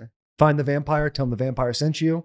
I wanted to go, but then that little tummy bug got me. Yeah. Yeah. Yeah. did you get your We blood might have- sucked or what? I was thinking about Nice. it. I was thinking about waking up with a couple of dots on the Yeah. corner. Right. Well, we went to that bar last night. We might have ran into him or her. Them. Yeah, The one guy came in with a fake dog on a leash that's true. and going like holding it up like, yeah. that's Norman. Yeah, He's that- better at night. And you're like, oh, What happens? Oh in yeah, the day? what's during the day? Because he's a vampire. Oh shit. Probably Maybe he sleeping, yeah. sizzles She in did the say night. that, like everybody else, there's a lot of drama in the vampire. Yeah. Yeah, in the the van, yeah, the van no doubt. community. I believe that. Mhm. Yeah. New Orleans has Like got to be the infighting. most unique place in all of America. I love it. It's my It's- favorite city, dude. It's awesome. It New is- Orleans is your favorite city? I'm an alcoholic. Yeah. That's a nice way of Yeah, putting that's it. just a nice way of saying that. I love it, dude. I was the king of Mardi Gras of the Bacchus Parade Were you really? two years ago. Yeah, Of all the accomplishments you've ever had in your life, was that top that's 3? that's top 12 for sure. No doubt. 12. Yeah, That's but awesome. I've done It's some nice to cool have a shit, top 12. dude. Yeah, No, he has a I long would say list. it's way up there. It was crazy. I did have to dress in a full like crown and wear a cape and shit. He's saying had to. Yeah, Yeah, no, I Yeah. yeah. He's saying They had didn't, to as if he wasn't dreaming of like, Yeah. can I like in like full regalia? and they're like, you could just wear regular street Yeah. clothes, and I'm like, but We haven't maybe had a gold crown and We a haven't had a guy wear a cape in years. You're like, Bring it out. Bring it back. Bring back Yeah. the tradition. Yeah, you got I to. love Yeah, that. and the list of Bacchuses, which is what we're called, they're like the god of merriment and wine, Mhm. are hilarious. It's like Hulk Hogan, Jean-Claude Van Damme, John Goodman, and me. Dude. Yeah. So yeah, legends. Great Royalty. company. Yeah. Absolute royalty. Have you been down here enough to where like you're like kind of one of those guys that's like, I'm over Bourbon Street? Like that's for the tourists. I'm more of a local now. Yeah, I've been down here a lot. I've shot a bunch of things here, and but I still love bourbon, dude. I love that Bourbon Street. bourbon. I love bourbon. Yeah, there I am. There I'm. Hey, Look at how. oh, yeah. Look at that. Dude, guy. That is that's nice. That's great lighting. At the end of a week of It's a drinking, pretty look at how professional fat setup. my head Maximus is. Aurelius. I don't know where your neck and chin start. Yeah. There we go. There we are. Yeah. So the Oh, jacket I was wearing glorious. I turned into a vampire that weekend. Mhm. Congratulations, man. Yeah. It felt good. That is awesome. Can you imagine applying for like a business license at a bank? And they're like, well, so what do you need a loan for or whatever? And then they're like, vampire bar. Yeah. But in New Orleans, they're like, great. Yep. Yeah. Absolutely. do it. Perfect. Fifth one this week. That'll print Slide cash. it on over, stamp it down. Light it up. So wild. That This is is your awesome. number one city. I love it, man. It's Yeah. it's. I think the it's best. The wild people- that it's your number one city. the people Because are I think so it's nice. beautiful. It's like one of those spots where you're like, oh man, look where we're at. This is awesome. And then you Yeah. quickly look over and you're like, I don't know if we should go that way. Well, I love. And that's everywhere. It's everywhere here. Yeah. And people just don't give a fuck on the street either. I like the smell. Okay. It like fuels that? you. Yeah, Right. Yeah, it Yeah. gets me excited. It gets me You're going. in pheromones or whatever. Yeah. Mhm. I like that for sure. You haven't been able to piss in the streets for hundreds of years, but it still smells like that. Yeah. Right. It's like a skillet that's been well seasoned. That's Right. exactly You right. never want to fully Mhm. wash it. Sauteed and Yeah. urine. Yeah. Absolutely. What made you guys want to get into the podcasting game and then not remember the name? This is important. This is important. Our podcast. Yeah. We're spreading the word. We just had a lot of important things to say. Yeah. You know, topics to touch on. A lot of hot tops. And I do Um, think the true tipping point was COVID. Like we were just not doing anything. Yeah. And we're like, yo, how can we? We were so bored, and we just wanted to have an excuse to talk to each other again, Right. because we will not call each other just to Yes. catch up. Yeah. Mhm. No, That just won't happen. Can't We do just that. It won't. takes up too much time. Mm-hmm. We just won't be friends. Yeah. You know, we will write each other off and never see each other again. But then we're like, if we That are sounds made to sit plan. and talk once a week, we Yeah. will. If you're obligated per contracts and sponsors. Uh-huh. Exactly. Yeah. Was it We'll mini work loads? friends. Super loads? Our number one and Load our Boost. Load favorite Boost. sponsor is He's Load pretending like Boost. he doesn't know. Yeah. Super, yeah. What is that Actually, again, dude? If you want to 10 start weeks, a you said? company called Super Loads, I'm down, dude. Yeah, super loads. Well, I Super feel like Loads is good. our sponsor Load Boost might have that might be a conflict of interest, homie. I that know might the just be like a secret side recipe. product for Yeah. Load Boost, man. Yeah. That's like their new enhanced version. Yeah. It usually takes Exactly. 5 weeks. You guys are set up on Radio Row. Yeah, yeah. There's just going to be a lot of Load Boost advertisement. Oh, tons. God, I A hope lot so. of people want to stop on You know, through. you got Twisted Tea, you got Kevin's Natural Foods, we got Load Boost, and Jizz Sauce is another one of ours. Yeah. What else we got? Cum rags. Cum So rags, there's yeah. Load Boost. Yeah. Yeah. The Twisted Tea people are like, can we cut that? Can we cut that part where they said our name and then went right into their sponsors? There's a guy at Barstool who sells cum rags. It's part of his merch shop.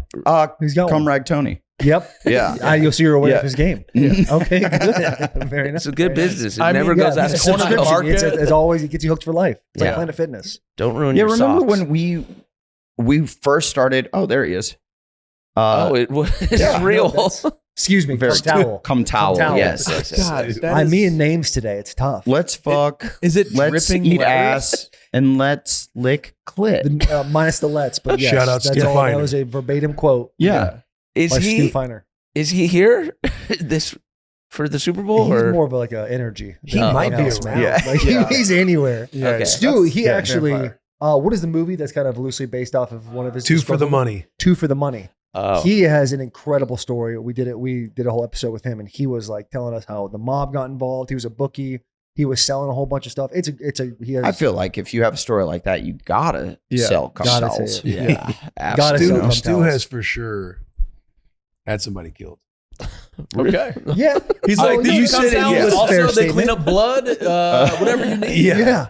Bro, I it was, would agree with that. it was one of those podcasts where you sit there and you ask one question and he talks the entire episode and tells the story, and you're just able to visualize it like a mouth movie. wide open, just And at getting the all end, right. you want to ask, like, have you killed somebody? But Mm-hmm. you're kind of scared to because you don't know who he's still involved with. Right. Yeah, He's one of those. He's like, interview Yeah. over. Yeah.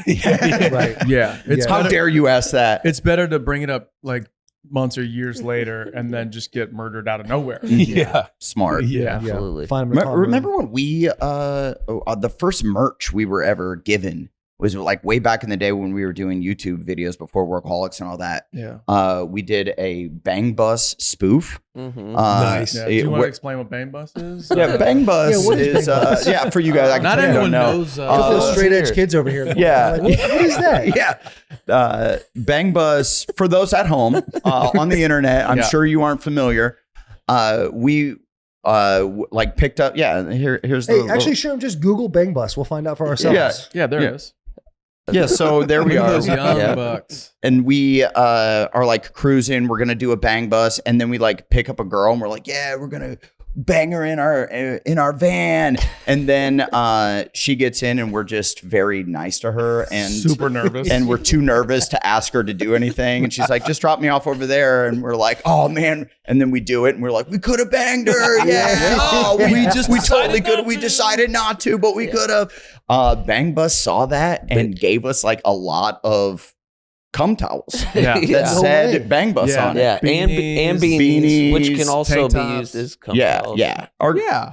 girlfriends loved it. Yeah, so we just pulled up to like family Thanksgivings, just all bang Just bus. Hell yeah, yeah. just decked out, Walking, dude. got that strut, walking up to the door, fling it over your Uh-huh. shoulder. Right, Give it's it a lot. lifestyle. Hey, Yeah, I'm Mom. ready for grandma's gravy. We made it. we made it. Hey, That Mom. was going to be one of our questions about like how, before Workaholics. What were you guys doing? Was it mainly based on Is it wild to see how porno Was this it? spoofs? Yeah. It's like, hey, I saw this Is it video wild to last see how night. young We should you go check guys this are out. there? It's Huh? crazy. Yeah, dude. I mean, how insane is that? Yeah, I mean, I feel like I look the exact same. Yeah. I don't remember Adam being so high and tight. yeah, you look good. And I was Justin Guarini from American Idol. That's Yeah. tight. That was my minivan too. That was my first car out in LA. Was it really? Yeah. How long It did was that thing Hulk last you? green, huh? How long did it last you? It lasted a while, a few years. Yeah, I was- And then I I was was- like, I need to be taken seriously. I need a Volvo now. Yeah. Yep. Mhm. And you 5-star did. crash safety rating. Yeah. Can't argue that. Exactly. The rest was history. So how'd you guys link up? Gentlemen, let's talk about the elephant in the room. Erectile dysfunction. 1 in 4 men 18 years and older experience ED, which means that you or someone close to you might be experiencing it too. That is why this episode is brought to you by Eroxon. It's the first ED treatment gel with clinically proven results that you can get over the counter. And while it may not work for everyone, studies showed success in over 60% of men. And the best part, no prescriptions or online questionnaires needed. That's why we had to tell you about this new ED treatment gel, Eroxon. Why wait? Try Eroxon today. Available in stores and online. Visit eroxon.us to learn more. We met in community college We at did. Orange Coast Community College Go in Pirates. Costa Mesa, California. Mhm. And I moved there right after high school, and he moved down from the Bay Area. We were too dumb to get into a regular 4-year college. Yeah. And we met day one in an improv class with Kyle Newacek, who is our director, and Whoa, he's dead to me. Where are you, Whoa. Kyle? He was on the pod. You're supposed to do the podcast, and then you bail to go shoot a movie. Whoa. What the hell? What? Easy war child.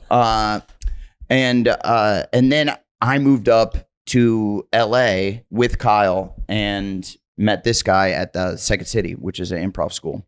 Chicago. Mm-hmm. Yeah. Yeah, it's a Chicago, like Second City is Chicago, and then they have this little tiny like school in LA that no one goes to. Mm-hmm. That's the one we decided to go And to. we went yeah. to that one for some reason. Yeah. Yep.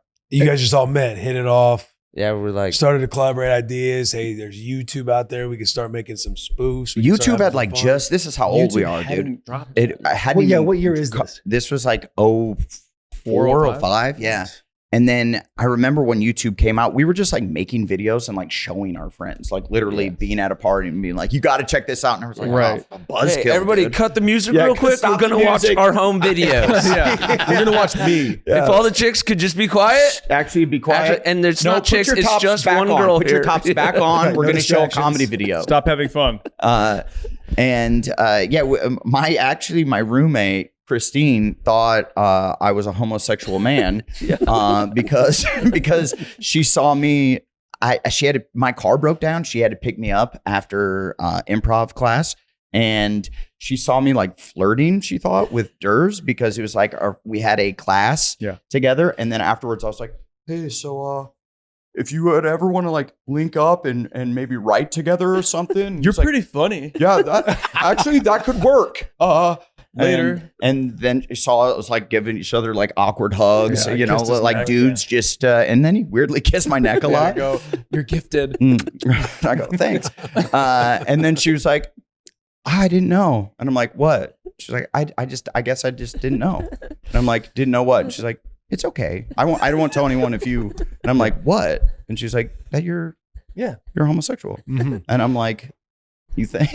Also, You she's think probably I gonna can have pull dudes? insane confidence. to You're have like, a that's the male- vibe I give off. Yeah, I'm like, well, all right. Yeah. I did see that for myself, but I don't think I can pull this hot piece of ass though. I'll tell you what. It's a great Welcome to mustache. the cross. Thank you. You could. Thank you, dude. And then we started to do sketches, and then YouTube came out, and then I wish what we could say like our shit went super viral and we were like crazy successful, but we weren't. Yeah. It was just by total happenstance Right. that Because there was like the comedy front page, and if you made like the comedy page, you just took off. Because Yeah. everybody who got to work on Monday morning was like, I'm not gonna work. I'm gonna go to YouTube comedy page and look at that first. Mhm. We never got there. No. You never made it on there once. No, I don't No. think so. I think our big claim to fame was like Look at those guys. in like Game Pro magazine or something. We did like a Guitar Hero video, and they said we were cool. Yeah. Oh yeah. Well, were we on Attack of the Show? We might have been in Like the Wizards? We were, I guess we were super successful. Yeah. Yeah. And then a executive at Comedy Central, Walter Newman, he found us like in a stack of DVDs that we just sent to Comedy Central.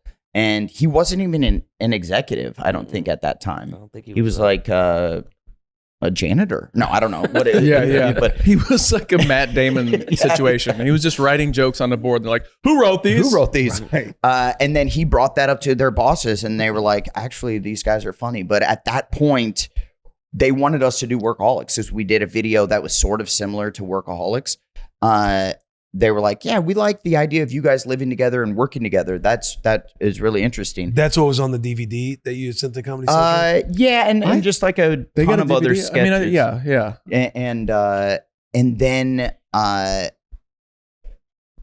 but what we really wanted to pitch at that point was we had an entire album of us as gangster rapping wizards that we had released, and we were very proud of, dude. Yeah. We were very proud It's of on it. Spotify. You can check it out. Yeah, check out the Pull it up, Sherman. Wizards, It's no big Purple deal. Magic, and so we were like, yeah, the Workaholics. That's a cool idea. But what we really want to do is us as gangster rapping wizards from another realm. Yeah. And they were like, absolutely, don't pitch that dog shit idea. Who's ever. saying don't pitch that? The vice president of Comedy So Central. the person you're pitching it to is saying don't pitch They're that. like, don't pitch that. Please stop. Okay. And We're then- going to end this meeting if you keep pitching. I don't know if it was And your remember, fellow they were manager. like, you're going to go to the president next week. We want you to pitch Workaholics. Don't pitch the Wizards. And then, of course, right at the very end, we were like, There's but what also, we actually want to do is the Wizards. But do you want to hit? Yeah.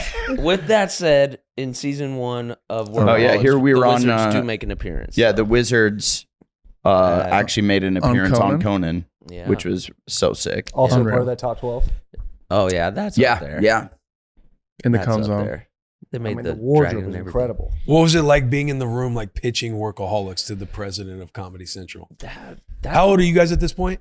25, 24, Yeah, I think something so. like that. That's what was so 25? crazy. Is 3 that years older than me. Yeah, he's ancient, so. Going from like How old one are to you be right going now? from like one to be on the 50. comedy page Oh. of Are you really? YouTube. Yeah. Fine wine. you're not getting on the comedy page. Like then your DVD gets found by somebody at Comedy Central. Then the next thing you know, you guys are going in to pitch Workaholics to the top dog. That's what was wild is I think like we didn't realize like we were in the eye of the storm. So we're just going to these things just kind of like, you know, blind, just going for it. Like, yeah, we didn't realize what a big deal it was about to be. Yeah. I remember one of the Comedy Central execs right before the show came out was like, your life is about to change. And I'm like, shut up. Nuh-uh. And then the next day I walk into Starbucks and no one noticed me. Walking into Starbucks, seeing anybody. Yeah, it's just making eye contact with everyone. What name can I put on the cup? And it's Adam. I think you from know. Workaholics. Yeah. I'm sure you're aware. No, seriously, I need to know your name for the cup. Are we really going to play this game? No, it was. I put the star in Starbucks. It actually kind of took off pretty quickly, and it was. Remember Bonnaroo that first year? It was like we hadn't left LA because people in LA play it pretty cool, you know, because you see celebrities all the time. Right. But then we went to Bonnaroo that year, and it was like just fucking chaos, dude. Yeah. They like made us get security. They're like, you guys should have security. This is like dangerous for you to just be out and about. But we're like, we love it. Right. Everyone grab a chunk. Take this part. Someone grab this part. Yeah. It was so fun. It was awesome. That made everyone. Adam kept saying, "Grab this part." Grab this People part. were like, "Oh, we're good. We're good." Okay. That dispersed the crowd. Oh yeah, there's Bonnaroo.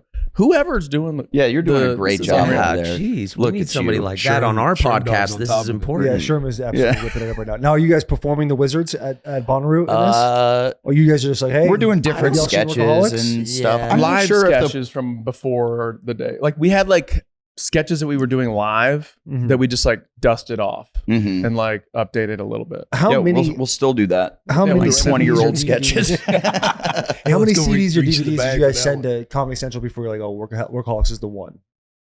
No, I mean I don't even remember the DVD. I thought they emailed us through YouTube, and we didn't even know because we were so bad at like promoting ourselves. We've always been really bad at promotion. Mm-hmm. We got very lucky. We're in artists, that way. you know. It's not about the promotion. Absolutely. You know, As we forget the name of our podcast, as you can tell. But this is important. We did sketches live and like on YouTube for 7 years before Workaholics got picked up. No. Is that right? I mean, we were putting God, 6 years. Why did we give up, dude? You know, that's like depressing. That is crazy. Yeah. It was wild, but you got that's what that's what we did on weekends. Saying. Like we weren't really going out. Like we held each other accountable. We like would tape index cards to the wall, like with sketch ideas, and it was like a whole ladder system. But you make it sound like we're fucking nerds, dude. We're cool, man. I mean, we were going out too. We also like drawing pictures of naked chicks on those cards. I mean, we were clubbing too. No, we were at Barney's Beanery before it was like a spot. Yeah, okay? before it was cool to go to Barney's Beanery. Durs was like the only person that we knew because he's a few years older. So he was he would charge things to a credit card. Mm-hmm. So we were so poor, but he was poor, but then would just charge it to the game, which is a thing that you say. I kept saying it. He would say that a lot. He's like, you got to charge it to the game. Yeah. Because one day we're going to make money and then I'll just pay this off. And I'm like, I'm not going to do that though. And now I look back and I'm like, I should have done that, dude. No doubt. Yeah. No doubt. I should have done that. Had no clue. So that's a piece of advice for any kids that are looking to get in. Just charge it to the game. Run it up. Yeah. And then you can like transfer it to a new credit card and get a new APR. Transfer it to another game. Yeah. That's just good advice. That is just game. That's great, Carthon. That's 10x. Yeah, absolutely. We're 10x. So Durs was like big bro to everybody. Yeah, absolutely. He was the man. He had the credit card. Well, he'd be like, yo, me and my boys are going to, he'd say things like, me and my boys. I'm like, that's cool. That's cool, like, dude. Charge it to the game. Boys? Yeah, dang. Dang, that is cool. Blake's over here drawing on note cards. I gotta get out of the house, man. Gotta get out of the house. And he'd be like, guys, it's a ladder system. You don't understand. We have to do a bang bus too. I'm running out of towels. And he would invite us to like a nightclub. I remember we went to some nightclub and you were like dressed nice. So it was our shitty version of dressing nice. So it just looked like we were going to church. Yeah. Just like khakis with like woven belts and like tucked in. Mm-hmm. You look like a Best Buy helper. Absolutely. Yeah, Yeah, I'm it Geek was- Squad. It was tough. It was. And then was so disappointed. I'm like, drinks are $13. Mm-hmm. Charge it to the game. Charge it to the Charge it, game, yeah. dude. What's money? That's nothing, dude. You know what I mean? $13 Yeah. Yeah. at that point in time. Come on. That is wild. At any point in those 7 years, if it was really 7 years, which I know is up for debate, did any of your like parents or loved ones or friends that were outside the bubble be like, "Hey, we should really talk about what your actual future goals are"? Oh yeah. Yeah. I mean, I was with my wife at that point, who's like smart and like had a career and was like, "What are we doing?" Because I was doing this stuff, and then during the day, I was like a PA on different TV shows, and I'm like fetching sandwiches for people, and she's like, "Is this the dream? Is this what we're This it doing?" right now? And I was like, "Just stick around. Trust me. Someday I will pay off your grad school loans." But yeah, it was a little bit of like because LA is just not like, it's an industry town. You know what I mean? And like you could do a bunch of stuff there, but what she was doing, LA wasn't the best. And I was like, please just. And then I think maybe even just less than a year later is when Workaholics got picked up. Mm-hmm. God, that had to be such a hell of a feeling. Except for walking into that Starbucks the next day. Yeah. And realizing I mean, like, no one really. huh? But at Like, Bonnaroo, your life is gonna was the security change. worth it? Like, were they like, "Hey, it was really going to be like that"? Yeah. Yeah, it was great. Yeah. I didn't really have any people. I feel like my family, my parents definitely were like, "You're gonna make it." No They're shit. just wildly so supportive, like Grassroots weirdly Nebraska parents. weirdly supportive. But my uncles were like, "No shit. You got a show? You're a loser. Bullshit." The least funniest nephew. Honestly, no, literally, that was the thing in my family. It's like, Say a joke you're to the me least now. funniest out of all of us. And I'm like, well, then why didn't you get a TV show? Boom. Got You him. dumb fuck. Yeah, where are you now?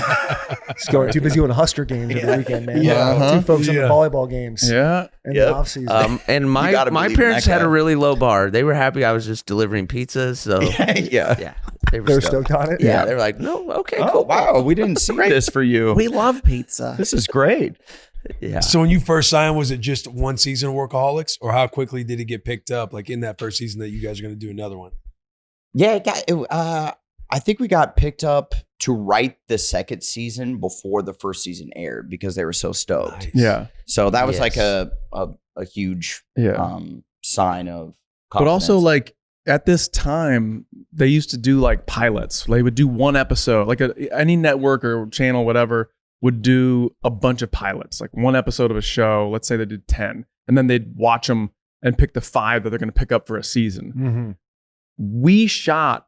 They gave us $50,000 to shoot like our own video, and we were like, let's make a whole pilot. So we did that, and then they just picked us up for 10 episodes right away, Mhm. which was like, So they basically give you Sick. the $50,000. You guys figure out what to do with it. yes, You put it together. You showed them. They're like, all right, we're gonna get 10 Yeah. more of these. Yeah. And then they gave us 10 eps, Yeah. which was crazy because at that time I was doing, I was still doing stand up all the time in the clubs.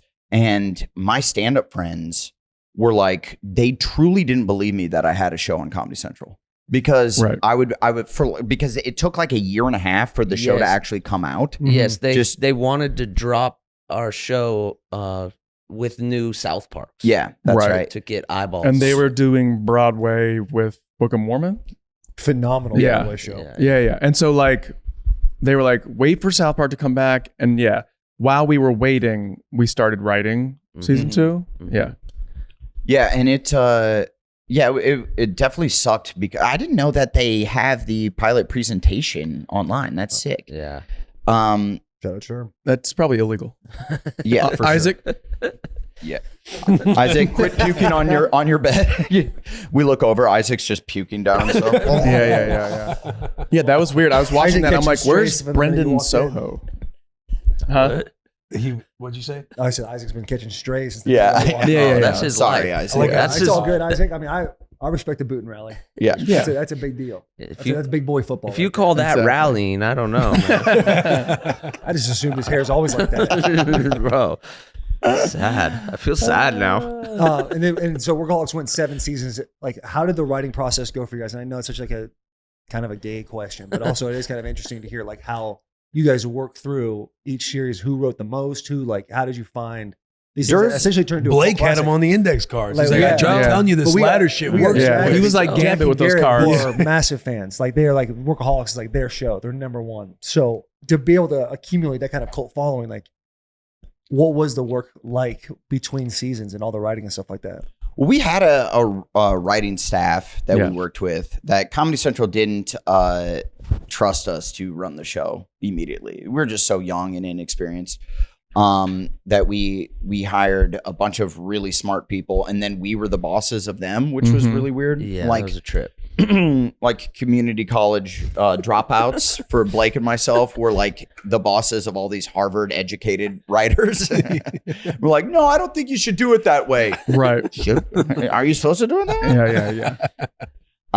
But Durs was our writer. He's the one that kind of taught us everything along the way. We hadn't written anything besides sketches. Right. And then he's kind of showed us the ropes when it came to sitcom writing. Yeah. Elevated in this pod. Yeah, just like a format to be like, hey, if you think about an episode this way, you like come up with your own ideas, and then you can kind of this will take you to the next step, and that'll take you to the next step, and like that way, it's not like we all have to sit down together to like figure it out. It's like if you have an idea and you're on your own, just plug it into here, and it'll step you through. You have a little template. Yeah, exactly. Little template set up. Yeah. The sort of math of it, because you can have a really cool, funny, creative idea, but then if you don't know like the math of the X's and O's of figuring out exactly how to like story lay it out, Yeah. then it's just a funny idea. And it was kind of just like this. I mean, this kind of reminds me of our writer's room. Yeah. I think we had a Twisted Tea thing up, didn't we? It was sponsored by Dove Men. Yeah. We were always so soft. Yes. No, but we would just sit around and bullshit and be like, all right, so like the dudes go to a water park. What could happen? And then you know? step it out as far as you can. And Our writer's room was hilarious, though. It was in Panorama City, which if you don't know where that is, you're lucky. If you don't know where that is, you've never tried to buy heroin. Good note for all the kids out there. They're going to put on game. dude. Yeah, for real. Because it was like where our office was the back corner of this building, and you couldn't see in, but we could see out. And people, you would just see people on their like lunch breaks, just like a guy in a shirt and tie just come and just smoke crack just alone in his car. And you're like, oh my God, that guy's smoking crack. Or like a lot of fucking. Lot of fucking just prostitute. It was a wild scene back there. Yeah. I've got an idea for an episode. So these guys are fucking in a car. That's all I got. step that one out. It was a motivator. Template. As it was exploding, was there ever like, did you ever start to feel like a weight of any pressure to continue to exceed expectations or try and exceed expectations? Like, because you guys obviously did 7 seasons. Like, was there any middle point there to where one season was harder than the other? Or maybe one of the 3, you guys are straying. Maybe you loved what the game did for you more than you were loving the game, and then you got to reel them in. Like pulling some accountability to him. Let's bring our boy Durs. I don't know who. Yeah. They had to always put the leash on me. Mhm. You know? Blake went down a real road of just wanting every episode to have like real, like a lot of boogers and shit. Yeah. It was like, I think season 5, Blake was like, yeah, what if there's more boogers in this one? I don't know, man. I think what you're trying to say is that I wanted to push the envelope with our comedy. Of so like boogers, yeah. there were set pieces that had boogers in them. Sure. But yeah, no, you want to like keep one-upping yourself and like just pushing it. But yeah, I guess a lot of it was mostly like visually we wanted to do cool shit. Like if we were gonna do a drug trip, we wanted it to seem different than the other drug trips that we've been on. And we also always had like pretty big like set piece minds, like with stunts and stuff. So that's kind of like where we were starting to evolve to like, hey, what we want to do after Workaholics is make like movies together and all that, and have like a bigger budget for stuff like that. And that's when we did Game Over, man, for Netflix, and we got to pull off like big major stunts and all that stuff. What was that like when they pull you off to the side with Netflix calls and like you guys can actually do what you've wanted to do for so long? Well, then we were like, let's do absolutely everything. Yeah. And I was like, I could show my butthole, right? See? Yeah. You boogers and buttholes. I could show my dick and accidentally show my butthole, and they're like, I guess. Why do you keep pitching that? Sure. Yeah. I guess we didn't really need that. No, that was fun. I mean, and it was like same but different. You know what I mean? It was like Workaholics-esque, but like, again, 10x. Mm-hmm. Yeah. 10x. Also, I like the way that like, and I don't even think I've ever thought about this until right now, guys. Whoa. But the way that like the world of Workaholics like built, like the characters, like we ended up doing an episode that took place in the mind of Bill, Right. which is something no one from Comedy Central wanted. Right. They're like, well, why? Bill's kind of just like the guy who kind Like of a little shows up in side character every other episode. And we're like, right. Mm-hmm. But it's an action keep movie. That thought for us for a second. Yeah. But I liked how we built the world out, and like we had like shout out to Wayman Lee who just passed away. Like we had all these kind of like actors, but then we also had background actors who were just characters like Jet Set, Wayman. And we would write them a lot to do, which is crazy. Well, we found this guy, Jet Set Hudson. He was a character, dude. And you would give him a line and he would butcher it in the funniest way possible that made it so much funnier than what you would write for him. Unreal. Yeah. So the universe kind of just evolved naturally like, as the seasons went on. Do you remember when he like left? He was supposed to be like he's supposed to be like, I'm out of here. And he goes, Bliggs, Anders, what did he call me? Like Adams. Yeah. He called me Adams, Bliggs, Anders, Adams.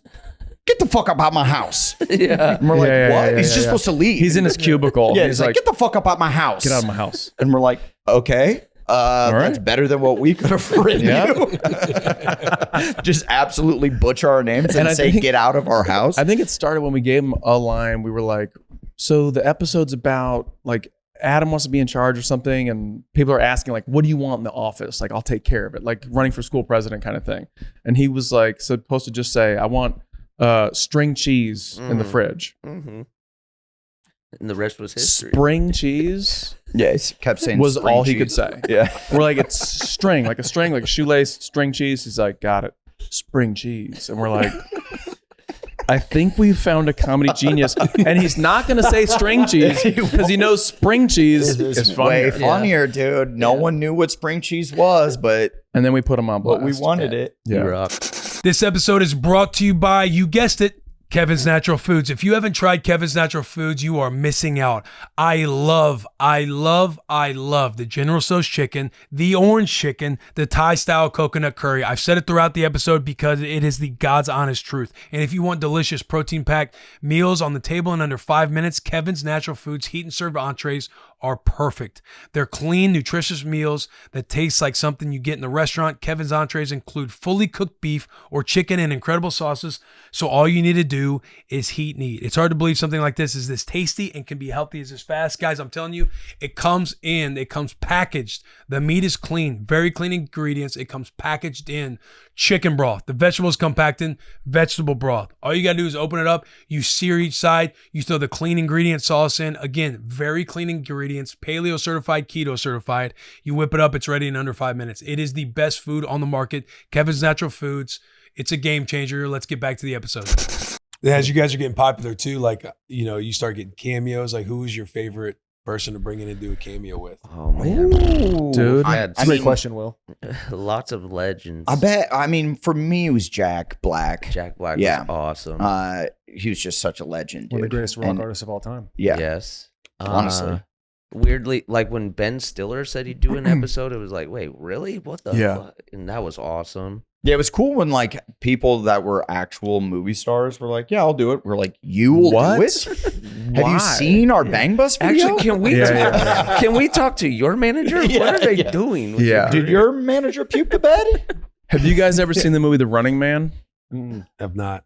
Oh, whoa! Wow. How old are you guys? I'm 33. 35. You gotta get Fuck. in Has there. anyone seen The Running Man? You pull that up, Sherman? They're remaking No one's it. seen. I know they are. Okay, so it's an Arnold Schwarzenegger movie. Takes place in the future. It's very old. There's a prison Oh, escape. it's a Schwarzenegger. My Yeah. dad's gonna be Everyone's pissed watching this. Everyone's episode. got these like neck things on that I stole and put in Game Over Man, Mhm. and they're doing a prison break, and they got to shut down like the perimeter, or else their heads are gonna explode. And there's one guy who keeps running, and they're like, "Wait, it hasn't been cleared, Chico!" And his head blows off. He was in Workaholics. And Dude, I was wondering where you were going with that. yeah, there it is. There he is. And I was like, can I get a selfie with you? And he was like, what? And I'm like, you were in Running Man, right? He goes, yeah. And I'm like, and also Predator 2? He's like, yeah. I'm like, you're the man. And he's been a stunt guy forever. And he like flipped over a bicycle in an episode. I remember you like taking me I was aside and being like, "Do you losing know it. who that is?" Dude. And you went through the exact same story. Oh my God, him. dude. You're right. Wow, dude. Yeah. What a deep cut. Thank you. That's not Durs. him. That was nice. That's a guy yelling it. Thank you for sharing your truth in that. Just to be clear. Yeah, Anyway. we had a So lot that was of- like my number one guy. yeah. We had a And lot Ben of really Stiller. cool cool people. Yeah. What was it like with a guy like Ben when he's coming into it? Did you guys immediately see yourselves as peers with him, or was that kind of like, yo, this is like No. You're probably nervous pitching him the nervous as idea. hell? And he was- looks Are so willing to do good. this? Yeah, he looked like a real movie star. Yeah. Meanwhile, like I just put my burrito the size of my head down. I was like, Yeah. oh shit. Yeah. I can't eat this to look like that. Yeah. Yeah, he was. And what was cool is like he took it serious. Mhm. Like he had a little monologue, you know, because we're like, we got to write Ben Stiller something funny, you know. Yeah. And you see him, and he's like working it, and I'm like, you don't. I think we said we're like, you don't need to say it verbatim. Like Yeah. you don't actually have to memorize your lines. You could say whatever you want. And he's like, no, I'm Yeah. gonna do it how you guys wrote it. And we're like, okay. Okay, Mr. Stiller. Now, looking back, I wish I said that the entire week. Oh, look who's here. It's Mr. Stiller. He would have liked that. Yeah, he would have loved that. No, doubt about it. No, but we did have like crazy cool, like Tom Green, Mhm. like people who we Tom wanted Arnold, to the mix it up Toms. with. Tom Arnold. Yeah. The dude who? Mark Summers, dude. Mark like Summers. people who meant a lot to us. Yeah. Chico. Even the dude who played Renegade, Lorenzo Lamas, Yeah. Daniel was on the show. Stern, Daniel That's Stern. Amy Yazbek. Yeah, Woody Harrelson was a huge Workaholics fan, and he's reached out to me a few times and was like, I love the show. Like I was in Hawaii shooting Mike and Dave and Need Wedding Dates, and he was like, come to my house. And I went and partied with Woody Harrelson for like, and I spent the night at his house. And Nice. like, we went cliff diving. It was incredible. And he's like, I want to be on the show. And I'm like, awesome. And then I think we sent him like 4 different scripts. And he's like, Yeah. this isn't the one. Right. Right. We never got him. Never got him. Never got him. Never got We him. had some Yeah. legends. Carrie Elwes from Princess Bride did an episode. Mhm. I mean, when you like sit and think about it, you're like, oh, like I'm real quick to go Chico and Stiller. But like when you sit and think, you're like, oh yeah, Topher Grace was in an episode. Like, oh, like it just, the list kind of goes on and on Yeah. as we got like bigger and bigger. Chris Parnell didn't know who we were. Season 1 did our 10th episode. Yeah, the last one. Yeah. He and was so fucking game and good. It was Yeah. awesome. Yeah, he played the CEO who was trying to kill himself, He right? wanted us to kill him. Yeah. Yeah. And that's awesome. Is outside of Woody Harrelson anybody else that you guys were trying to get that ultimately didn't work out? That you were like, fuck. Wesley Snipes. Wesley Snipes, we were always trying to get. Yeah. Val Kilmer wanted to play my dad. Yeah. He like left a voicemail that our casting director played for us where he was right. like, I'm Swedish. I can do this. And we were Pitching like, himself. okay, yeah, pitching himself. And then we were like, okay. And Dolph Lundgren. I mean, dude, we had some people on the show. Who else did we not get though? I don't know. We got everybody. We would say every year when we would do press, they would say, "What now? Tell us what crazy guest stars do you have this coming season?" And we would always say, "Well, Denzel Washington may or may not be on this coming season. Right. Yeah. Could you imagine Denzel Washington? That'd be outstanding. Yeah, it would be so. It'd be That'd be an incredible. all He would timer. have to fire his manager. Yeah. For sure. His manager would be puking up in the hotel room. No question Absolutely. about it. Absolutely. Dude, that's awesome. I mean, did you guys ever reach out to Denzel? No. Did you ever try? We I like feel reached towards him like at a Yeah, red yeah, carpet. yeah, but His energy is too far away, huh? Yeah. Never actually. I think maybe we broached that to our agents and they're like, don't do that. Right. Don't reach out to him. Yeah. He was like that, huh? Yeah. I think we respect him too much. Yeah. We wouldn't want to bring him into our world. No. Bring him down He couldn't hang. into the mud. Who are some people that you feel like as you were elevating everything else when you're, whether it's the red carpet, whatever, to where you're getting starstruck in the moment? Like, have you gotten to meet the people that you've been like, yo, I cannot believe I'm sitting here rubbing elbows with so-and-so? Obviously, the Woody Harrelson story is incredible. Mm-hmm. Yeah. Yeah, well, Durs and I did a movie called The Intern with Robert De Niro, which was, fucking insane. Yeah. You don't get higher than that. you Yeah. know? I've worked with him twice now. Yeah, that's right. And I was like, please remember me. Please remember me. And he was like, hey, I remember you. And I was like, incredible. You're like, what's my name? He's like, it'll come to yeah. Yeah. So that's like, I don't know where you go from there. Thank you. Oh, Thank you. Death on death's doorstep right now. Nice. Look at that. wow. Nice. No. are terrible. Don't. They offered. Yeah. I'll I don't take drink one. Yeah, no. Hell yeah. No, yeah. Go ahead. Did What are you, you a guys- fucking vampire? You guys went out last night or No, we did not. really? We did not. No, We they- knew- Wow. They Okay, had, we're out of here. Fuck Well, that. they're Yeah. professional. They're professional, dude. Right. That's crazy. They don't do interviews hungover like some people I know. That sucks.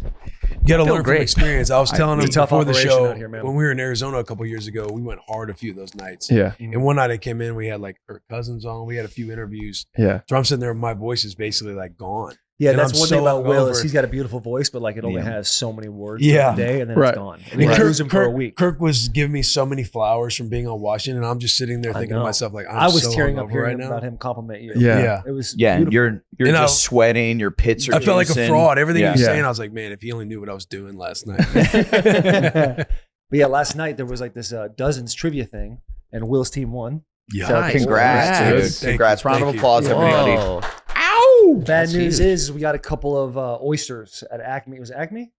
Okay. Yeah. We don't Put want to them on shame. We don't blast. want to We're Airmail. not going to shame. Airmail. We're not going to shame Acme. But yeah, it was That's right off Acme. of Urban Street. We're not going to shame. They had massive oysters. Mhm. They Yeah. were delicious. 3-ounce Yeah. oysters. JP, Yeah. sitting there in the green shirt, handsome boy. He Mhm. gets murked right before the show. It's like, man, we lost a fellow guy. Yeah. Then G, halfway through the show, he's got a boogie out of there. I'm feeling fine. Will's hurting on the way home, Yeah. and he had a tough night last night. And then this morning, I woke up and I was like, this is my nightmare. This is my Yeah. hell. Yeah. Cold, like you get the sweats and all Sweats that. Yeah. throwing up. Bro, the Yeah. diarrhea Just is freezing. insane. You're Tell just me like more a- about you're the just like a- diarrhea. Yeah, let's you're talk just like about a the bro- diarrhea. Now we're in our. Yeah. Now we're This I is know our this lady zone. in this room. Crazy boogers, dude. Boogers. everywhere. Yeah. All over my Diarrhea. nose. You're just like a broken fire hydrant just releasing. Yeah. Damn. Well, that's not what I didn't. The PSI is insane. I shit a lot last night, and it wasn't diarrhea. It was Okay. full whoa. shit. So let's talk about this. Yeah. Go for it. Yeah. And I'm I appreciate and I'm you. Break dead it down. serious when I say I shit no less than 9 times. I stopped counting after 9, and I was like, Wait, Last last purse got you. night? dude, I woke up at 5:30 in the morning, and then was just up until I came here. Just doing diamond Just- push-ups, I showed up getting like an hour ready. before. Huh? Showed up like an hour before, just hanging out. Just It's hanging awesome. out, dude. I was Just in the because I'm middle of like, taking a nap. I know. I So, walk hey, in you all right over there? so Like, we early, can dude. Cuddle. Trying to be funny, like half awake. Yeah, we Yeah. can cuddle if you want. I was ready to roll over right next to It you, would have dude. been nice, dude. It would have been nice. I'm a Yeah. great spoon. Taylor, Workaholics guys are here. Like, wake up. Yeah. Yeah. Yeah. So that's the life we decided. Yeah. The life chose us last night. We didn't choose the life. Gotcha. Are you guys going to catch up this week? Yeah. Potentially. Catch up Okay. in what way? Huh? Like get He's after talking it? about, Yeah, get let after the it. dogs out. Yeah. Charge it Turn to into the That was game. what I was shouting on Bourbon Street last night. I kept being like, "Who let the dogs out?" Yeah, you did. What a song, Yeah. dude. Yeah. Yeah. Still What a goes. song. There also Oh, was a yeah. lot of That people sounds like like core memory walking for their me. dogs at 1 a.m. last There night. were. What was that? about? Well, so here's the deal. There's a guy who had 2 albino Dobermans, and I was like, I need to say what's up to this guy. And he goes, I can only walk him at night because it's too bright outside during Vampire the day. dogs. Beams him off.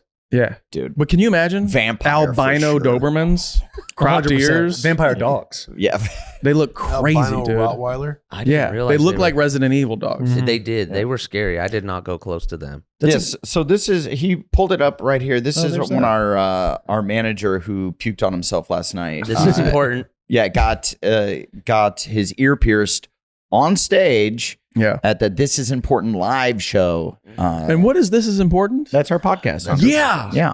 Mm-hmm. Great plug. How is the live shows for y'all?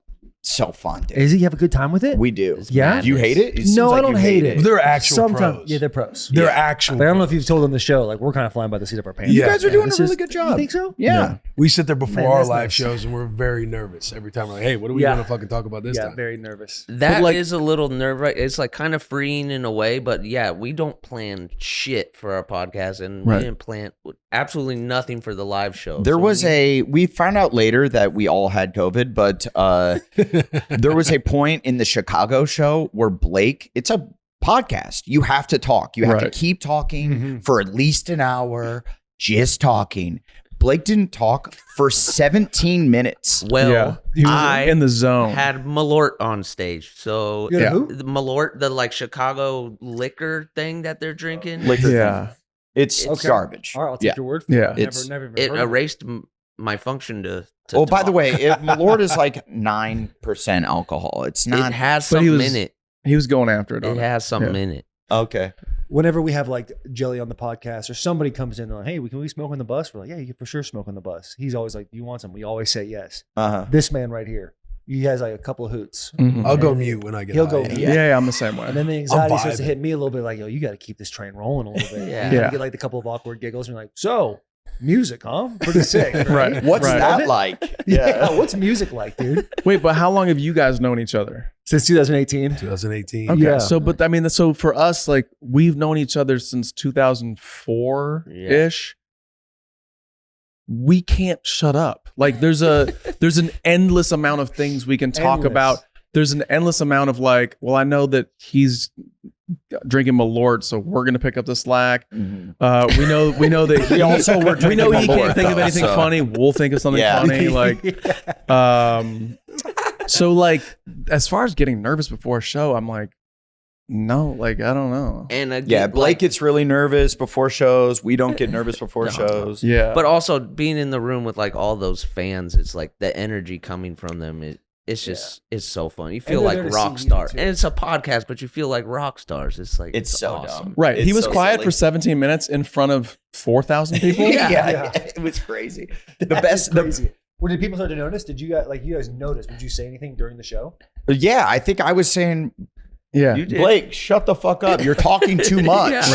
Right. The onslaught, the verbal diarrhea coming from you. Yeah. Right. The funniest part of someone sent me, we have to find it. There was like a review of our show at the Chicago Theater, and it was someone that just came because the Chicago Theater is such a historic venue that they're like, it has to be a great production if it's at the Chicago Theater. And they just bought tickets, and they were an older couple, and they came and watched the show, and they gave a scathing review. They're like, it was all inside jokes. They didn't do anything. They just sat on couches and talked with each other. One of them didn't talk. One of them didn't talk. Fair enough. 17 minutes. the hair one. Uh-huh. You guys have They known talked about load boost. you guys known each other since 2004. Like, which two of the three has had the most tension at one point in time? Tension. Tension. Like, say it got a little dicey. I and mean, then especially something- if you're on week 10 of Load Boost. Well, Yeah, That's yeah, what I'm yeah. saying. I think I heard him bring up boogers earlier. we that did- might we have did. opened up a wound with Blake. The tension might actually peak this week because we took a testosterone test, and we're going to Yes. see who has the lowest T finally. Yeah. yes, but me. I don't know. Do you think it's Blake? Who do you think? This is a good question. Who do you think? You don't want my answer, brother. Who do you think? Damn. Right here. Who do you think has the lowest T? Who do you think? Don't say. I think Kinda put me in a position I'm gonna like that. surprise I've known people. you the I'm gonna tell longest. you. I've known you 15 minutes longer, so I feel Yeah. it's comfortable to say you. Right. It's okay. I think it's Blake. Thanks. No wind up, I think zero you- hesitation. I like Thanks. that. Have any of you guys ever taken supplements before to boost testosterone? No. No. There's No. No need, man. yeah, 43 no need, years brother. old. No. He said no. You think it's the lowest, huh? Yeah, you think so. Like the older you get, But he was a collegiate athlete. Hey, hang on. 25. Here's a nice test too. Before you even get to where you're testing for your testosterone, do all of you wake up every morning rock hard?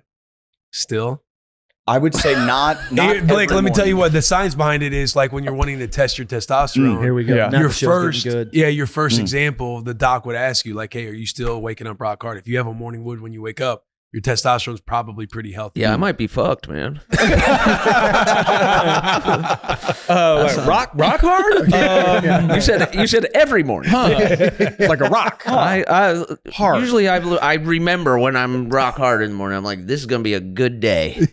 Yeah. Yeah, I feel like I'm That's how right you there open the with you. curtains. I remember now. It's not an everyday thing. It used to be. I used to be cutting diamonds in the morning, dude. bro. My No doubt. my Hey, you wake up in boners the used middle to of the be night, so fucking just kind of rock hard. belly Yeah, up on the dude. mattress, My dick used to giving get that thing hell for a hella minute. hard. Yeah. Yes. And you kind of forget. Yeah. Yeah, 16, sometimes- 17, it's like there's no going to sleep without I think waking I up wake that thing. up with a rock hard. Oh damn, dude. Okay, Lucky. But I thought it was because I had to like take a piss. Like, isn't that your body's way of like twisting the cat? every morning.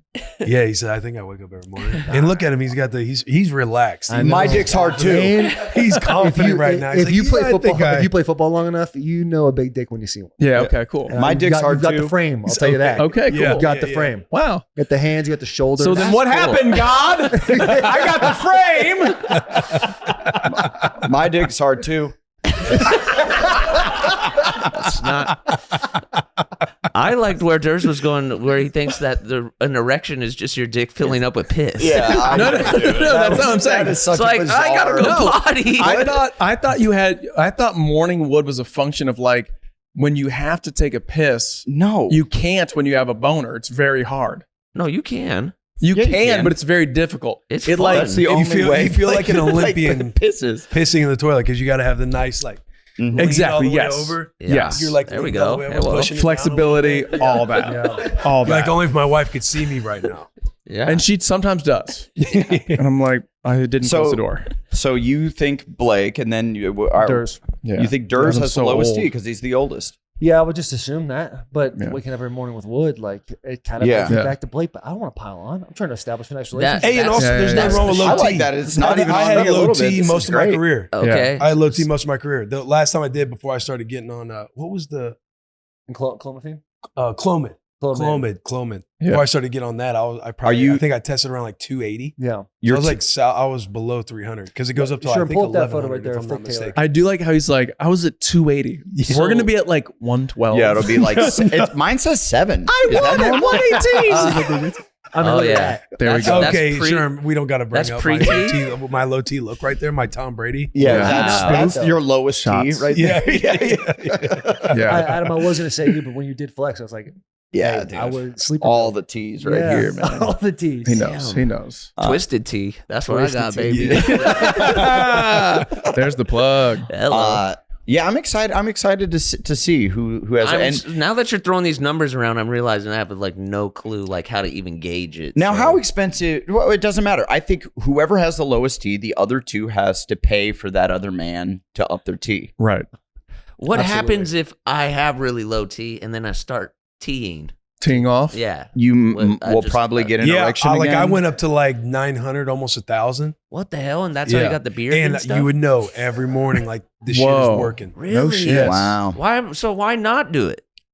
Exactly. I'm with you. Now, Yeah. Oh, see, I'm you all look about it. like Do a you have normal rage? human. Sometimes when I see men that are like that are a little older and then they take the T, Yeah. that they look like they are a human penis. Oh, You know what I mean? Because They're they're just so like veiny. the Yeah, red. yeah. They're Talking about like, Joe Rogan. yeah. right. I'm talking Joe Rogan. Yeah. He's talking Real- directly. I do to like the how you're turtle. like, they look like a human penis. They're red. You know, Yeah. red, veiny, Yeah. Yeah. Always great posture. purple. Yeah. Right. Yeah. Yeah. Weird scabs on themselves.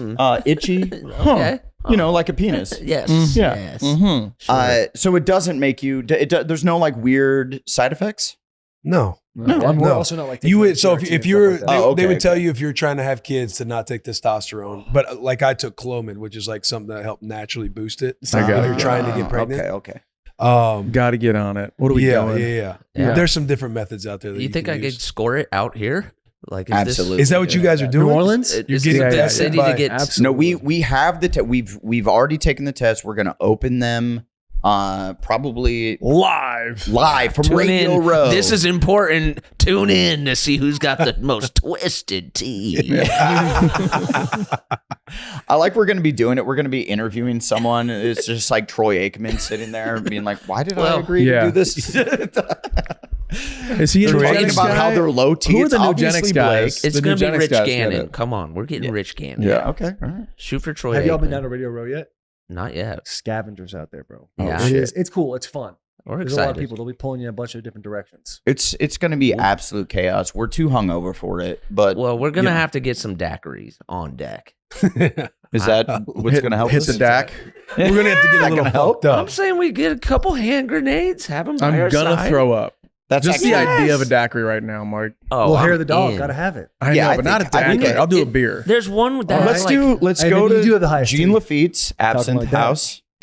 Find the vampire. I want one of those. Suck on some of its blood. Let's go, baby. and hit Radio Row, baby. Rejuvenate. And Yeah. let's check our tea levels. Yeah. Twisted tea. Since we're on Twisted Tea, we know you guys have to get out of here. We have a Twisted Question. Okay. Oh, I love that. Twisted Question is brought to you by, guess who? Twisted Tea. Dove Milk. 5% Love it. alcohol. Great for tailgates. Goes down Hanging out smooth, with the zero boys. carbonation. Oh, Yummy. delicious Easy stuff. to drink all day long. Yep. Yep. Have it with some buddies at the house. Have it at the bar, wherever. Tailgating. Every day's a Twee Day. It's there to lift up your experience. No doubt with about Twisted it. Tea. You guys Love are it. so much better at this than we are. Yeah. Dude. Dude, I our wanna see you sponsors, guys in the fact action. that they didn't drop us already, they're like, Super low. like the Load Boost guys are like, well, why the way you talk Yeah. about us. I was like, I don't. Only thing I feel is when I piss, it feels good, Hell yeah. which is true. It That's is. nice. true, dude. yeah. You pee more than cum Yeah. 95% of the time. Yeah. Says you. So it's good. That's almost exactly Was that the Yeah. was that the twisted question? No, that's a statement. That's just a busting with the That's bull a statement. twisted right there. Okay. Like that. Yeah. All right. Twisted question is, what do you call someone when you can't remember their name? Blake, we'll start with you. Big guy. Okay. Yeah. What if Doesn't they're matter what small, stature. dude? They're big in my eyes. Okay. Right. Then it's like a fun, ironic thing. Like, All whoa, right. he called me big. That's Well, so then cool. what if they're Fun. obese and then you're like kind of shaming them? Well, then Yeah. we got a problem. Yeah. Then they know. They Hey, get their big shit guy. together. And Big they're like, guy. "Oh, man. Or I'll just there he is. Oh, that's a I'll good always one. just be like, there he is, and then you just go on with the conversation. Uh-huh. Yeah. It's Yeah. never a hello or what. It's just like, there he is. So you don't know my name. There he is. There it is. There you are. I feel like I say like my man. Oh, man. Yeah. Yeah? Yeah. That's a good safe one. Yeah. My man, good to see you again. Hey, what's up, We've my never man? met before. And then Yeah. you're kind of like, Oh, blender. Yeah. Absolutely. yeah, those blender throw on you that. off. Yeah. Those throw you off. Yeah. Or when people are like, hey, do you remember me? And you're just like, why we got to do this? Yeah. I came up with That's the worst. That is the that worst. truly is the There- worst. that But person's an asshole. But they're Yeah. losers. They're losers. Okay? Yeah. Because They you keep don't saying it. come into a conversation and go, do you remember me? Right. Because you already know you're forgettable if you're saying that. Yeah. Okay? I like Others will that. remind So take immediately. that shit and get out of here. That's a quote graphic, Sherm. Make sure to write that down. Yeah. Write that down, Shermy. I go with my guy. Yeah. I do like I do an impression of my father. My guy. Right. And Who then- never knew your name. Yeah, who never knew my name. The boy one's home. Yeah, I feel like I go with my guy. Yeah. Willie? I feel like I just switch it up. It's big guy, big dog, my guy. You're a What's big, up, big bro? dog guy. You're a big, big dog guy. Yeah, big dog, big dog. Legend. Oh, what's up, legend? Yeah. Yeah. Oh shit. Yeah. Try and give him some, Yeah, what's hype, up, build legend? them up Hype a little bit. yeah. Yeah. Right. Yeah. Strong dap, like bring him in. Right. Yeah. Especially if they're like, do you remember me? And you're like, of course I do. Legend. You're like, I'm not a loser. I guess he does remember me. Yeah. Whoa, I'm not a loser. I'm a legend. I like that. How about you? I like to stick with the basics in those situations. The kiss method. I like to just dude or bud. Mm-hmm. What's up, bud? And How that's we the doing? kiss method? Keep it simple, stupid. Oh, okay, okay. Whoa. I thought you were like the That's kiss the method. kiss. I just kiss him immediately. Oh, I good to see disarm you. him with smooches. I'm not even gonna say your name. I'm just gonna kiss you. Yeah. Yeah. That's how Completely much disarmed I him remember you. immediately. Oh, get in here. Dude, we had a situation yesterday. Oh, I was going to Dozen. bring that up. Like you didn't necessarily, you had to stop the guy. Yeah, You said, 'cause the guy, he hang on for a wasn't- second, man. What are we talking about? Yeah, he wasn't talking. He came up to me like we've been best friends. Like we went to high school together. And he's like, hey man, what you been up to? I was like, oh, just been in New Orleans for the week. He's like, great man, that's awesome. I'm like, what are we doing here? Are we? No, it wasn't that. He was like bringing up something that made it seem like you would remember what he was talking about, and you had to pause. You're like, remind me what we're talking about. Yeah, Oh, damn. He was- It was that's tough, bold. but he came in with so much energy. I thought, like, I was like, what do we? I have no idea why. Like, you think this is? We've That never happens hung out. Yeah, Yeah. you're all like, the time. Turns out he like worked at a bar in. I was gonna Nashville. say, I yeah, saw yeah. him. You- and I you- helped him move something one time. Like, great. I don't know. Yeah. And you're probably young and banged up each time you saw Probably. Yeah. yeah. Probably. you. Yeah. Yeah. And like this just goes to show, never help anyone move anything. That's right. Because then you're Fair going to enough. get roped That's into a good advice. conversation 10, 20 years later. I don't know. Yeah. Yeah. Here we are. So good. All right, this has been a fun pod. Yeah, dude. We appreciate you guys, man. We're at Thank like you. 50% capacity. You guys Yeah. made it awesome. All We right, really all right. appreciate you Thanks. guys. Hell Yeah. yeah. And It's we're great. at 50% as well. So together we are 100%. Nice. Yeah. Nice, dude. One That's thing I wanted beautiful. to ask, there's a because I remember somebody tweeted something about the Workaholics movie coming out, and then it wasn't coming out. Mm. Yeah. Dude. Devastating. Thanks for bringing that up. Will. Fuck you, dude. No, they. No, but what they happened pulled with the that? plug. Yeah, We were great 5 show weeks going. out from shooting, and they Paramount Plus said that it no longer fits our global agenda. Yeah. So fuck you, Paramount Plus. Yeah, that sounds like something Hitler said. Yeah, very Hitler. Yep. That's exactly right. So that's all. There's that. Adam, before you go, I want to know your prediction for the Nebraska Cornhuskers 2025 season. Okay. Yeah, Tell 'em. national Hey, champs. You've seen the Next portal season. class, right? What's that? You've seen the portal class, number 1 Yeah. portal class in the Big Ten, number 5 in the country, Allegedly. number 5 in the This has country. been up for debate the whole entire Wow. Wait, which one of you guys played in Nebraska? time. This one. And so were you there when they were part of the Big Ten? Yes, Yeah. first 2 They're still a years. part of the Big Ten. No. But Are but you they Badger? weren't. Are you a fucking Badger? I'm a dude? Badger, yeah. Were you But at that Big Ten championship? I was not. But I welcome Nebraska to the Big Ten. I think it's a perfect fit. There we go. That's all. Are you patting me on the head right now? Are you patting us on the head? Will, No. Will's having some really bad PTSD. Because I right was now. part of that. I was part of that where basically every running back ran for over 200 yards. He Crazy. hung 70 something on us. Crazy. I'm sorry about He's that. I know crying. You're a big fan Yeah. of the Huskers, and Yeah. We had some you were good really running backs counting for a us while. to I pull it remember through. that game, We had like 7 fourth quarter comebacks that year. Damn. Yeah, no, I remember. Yeah. Go. Hey. Tough. Go Big Red. Who's reliving them more? This gets brought up to Will like once a month. Once a month, the clip resurfaces. Yeah. Or the Barstool guys want to bring it up to him. Yeah, He's- Yeah, I'm sorry. Yeah. I'm sorry, And it was sorry. Wisconsin. He Yeah, saw Wisconsin. He does just his haunt my eyes went nightmares. red. Yeah. Yeah. Mhm. We love you guys. Thank you. Thanks, guys. Appreciate Likewise. y'all. Appreciate it.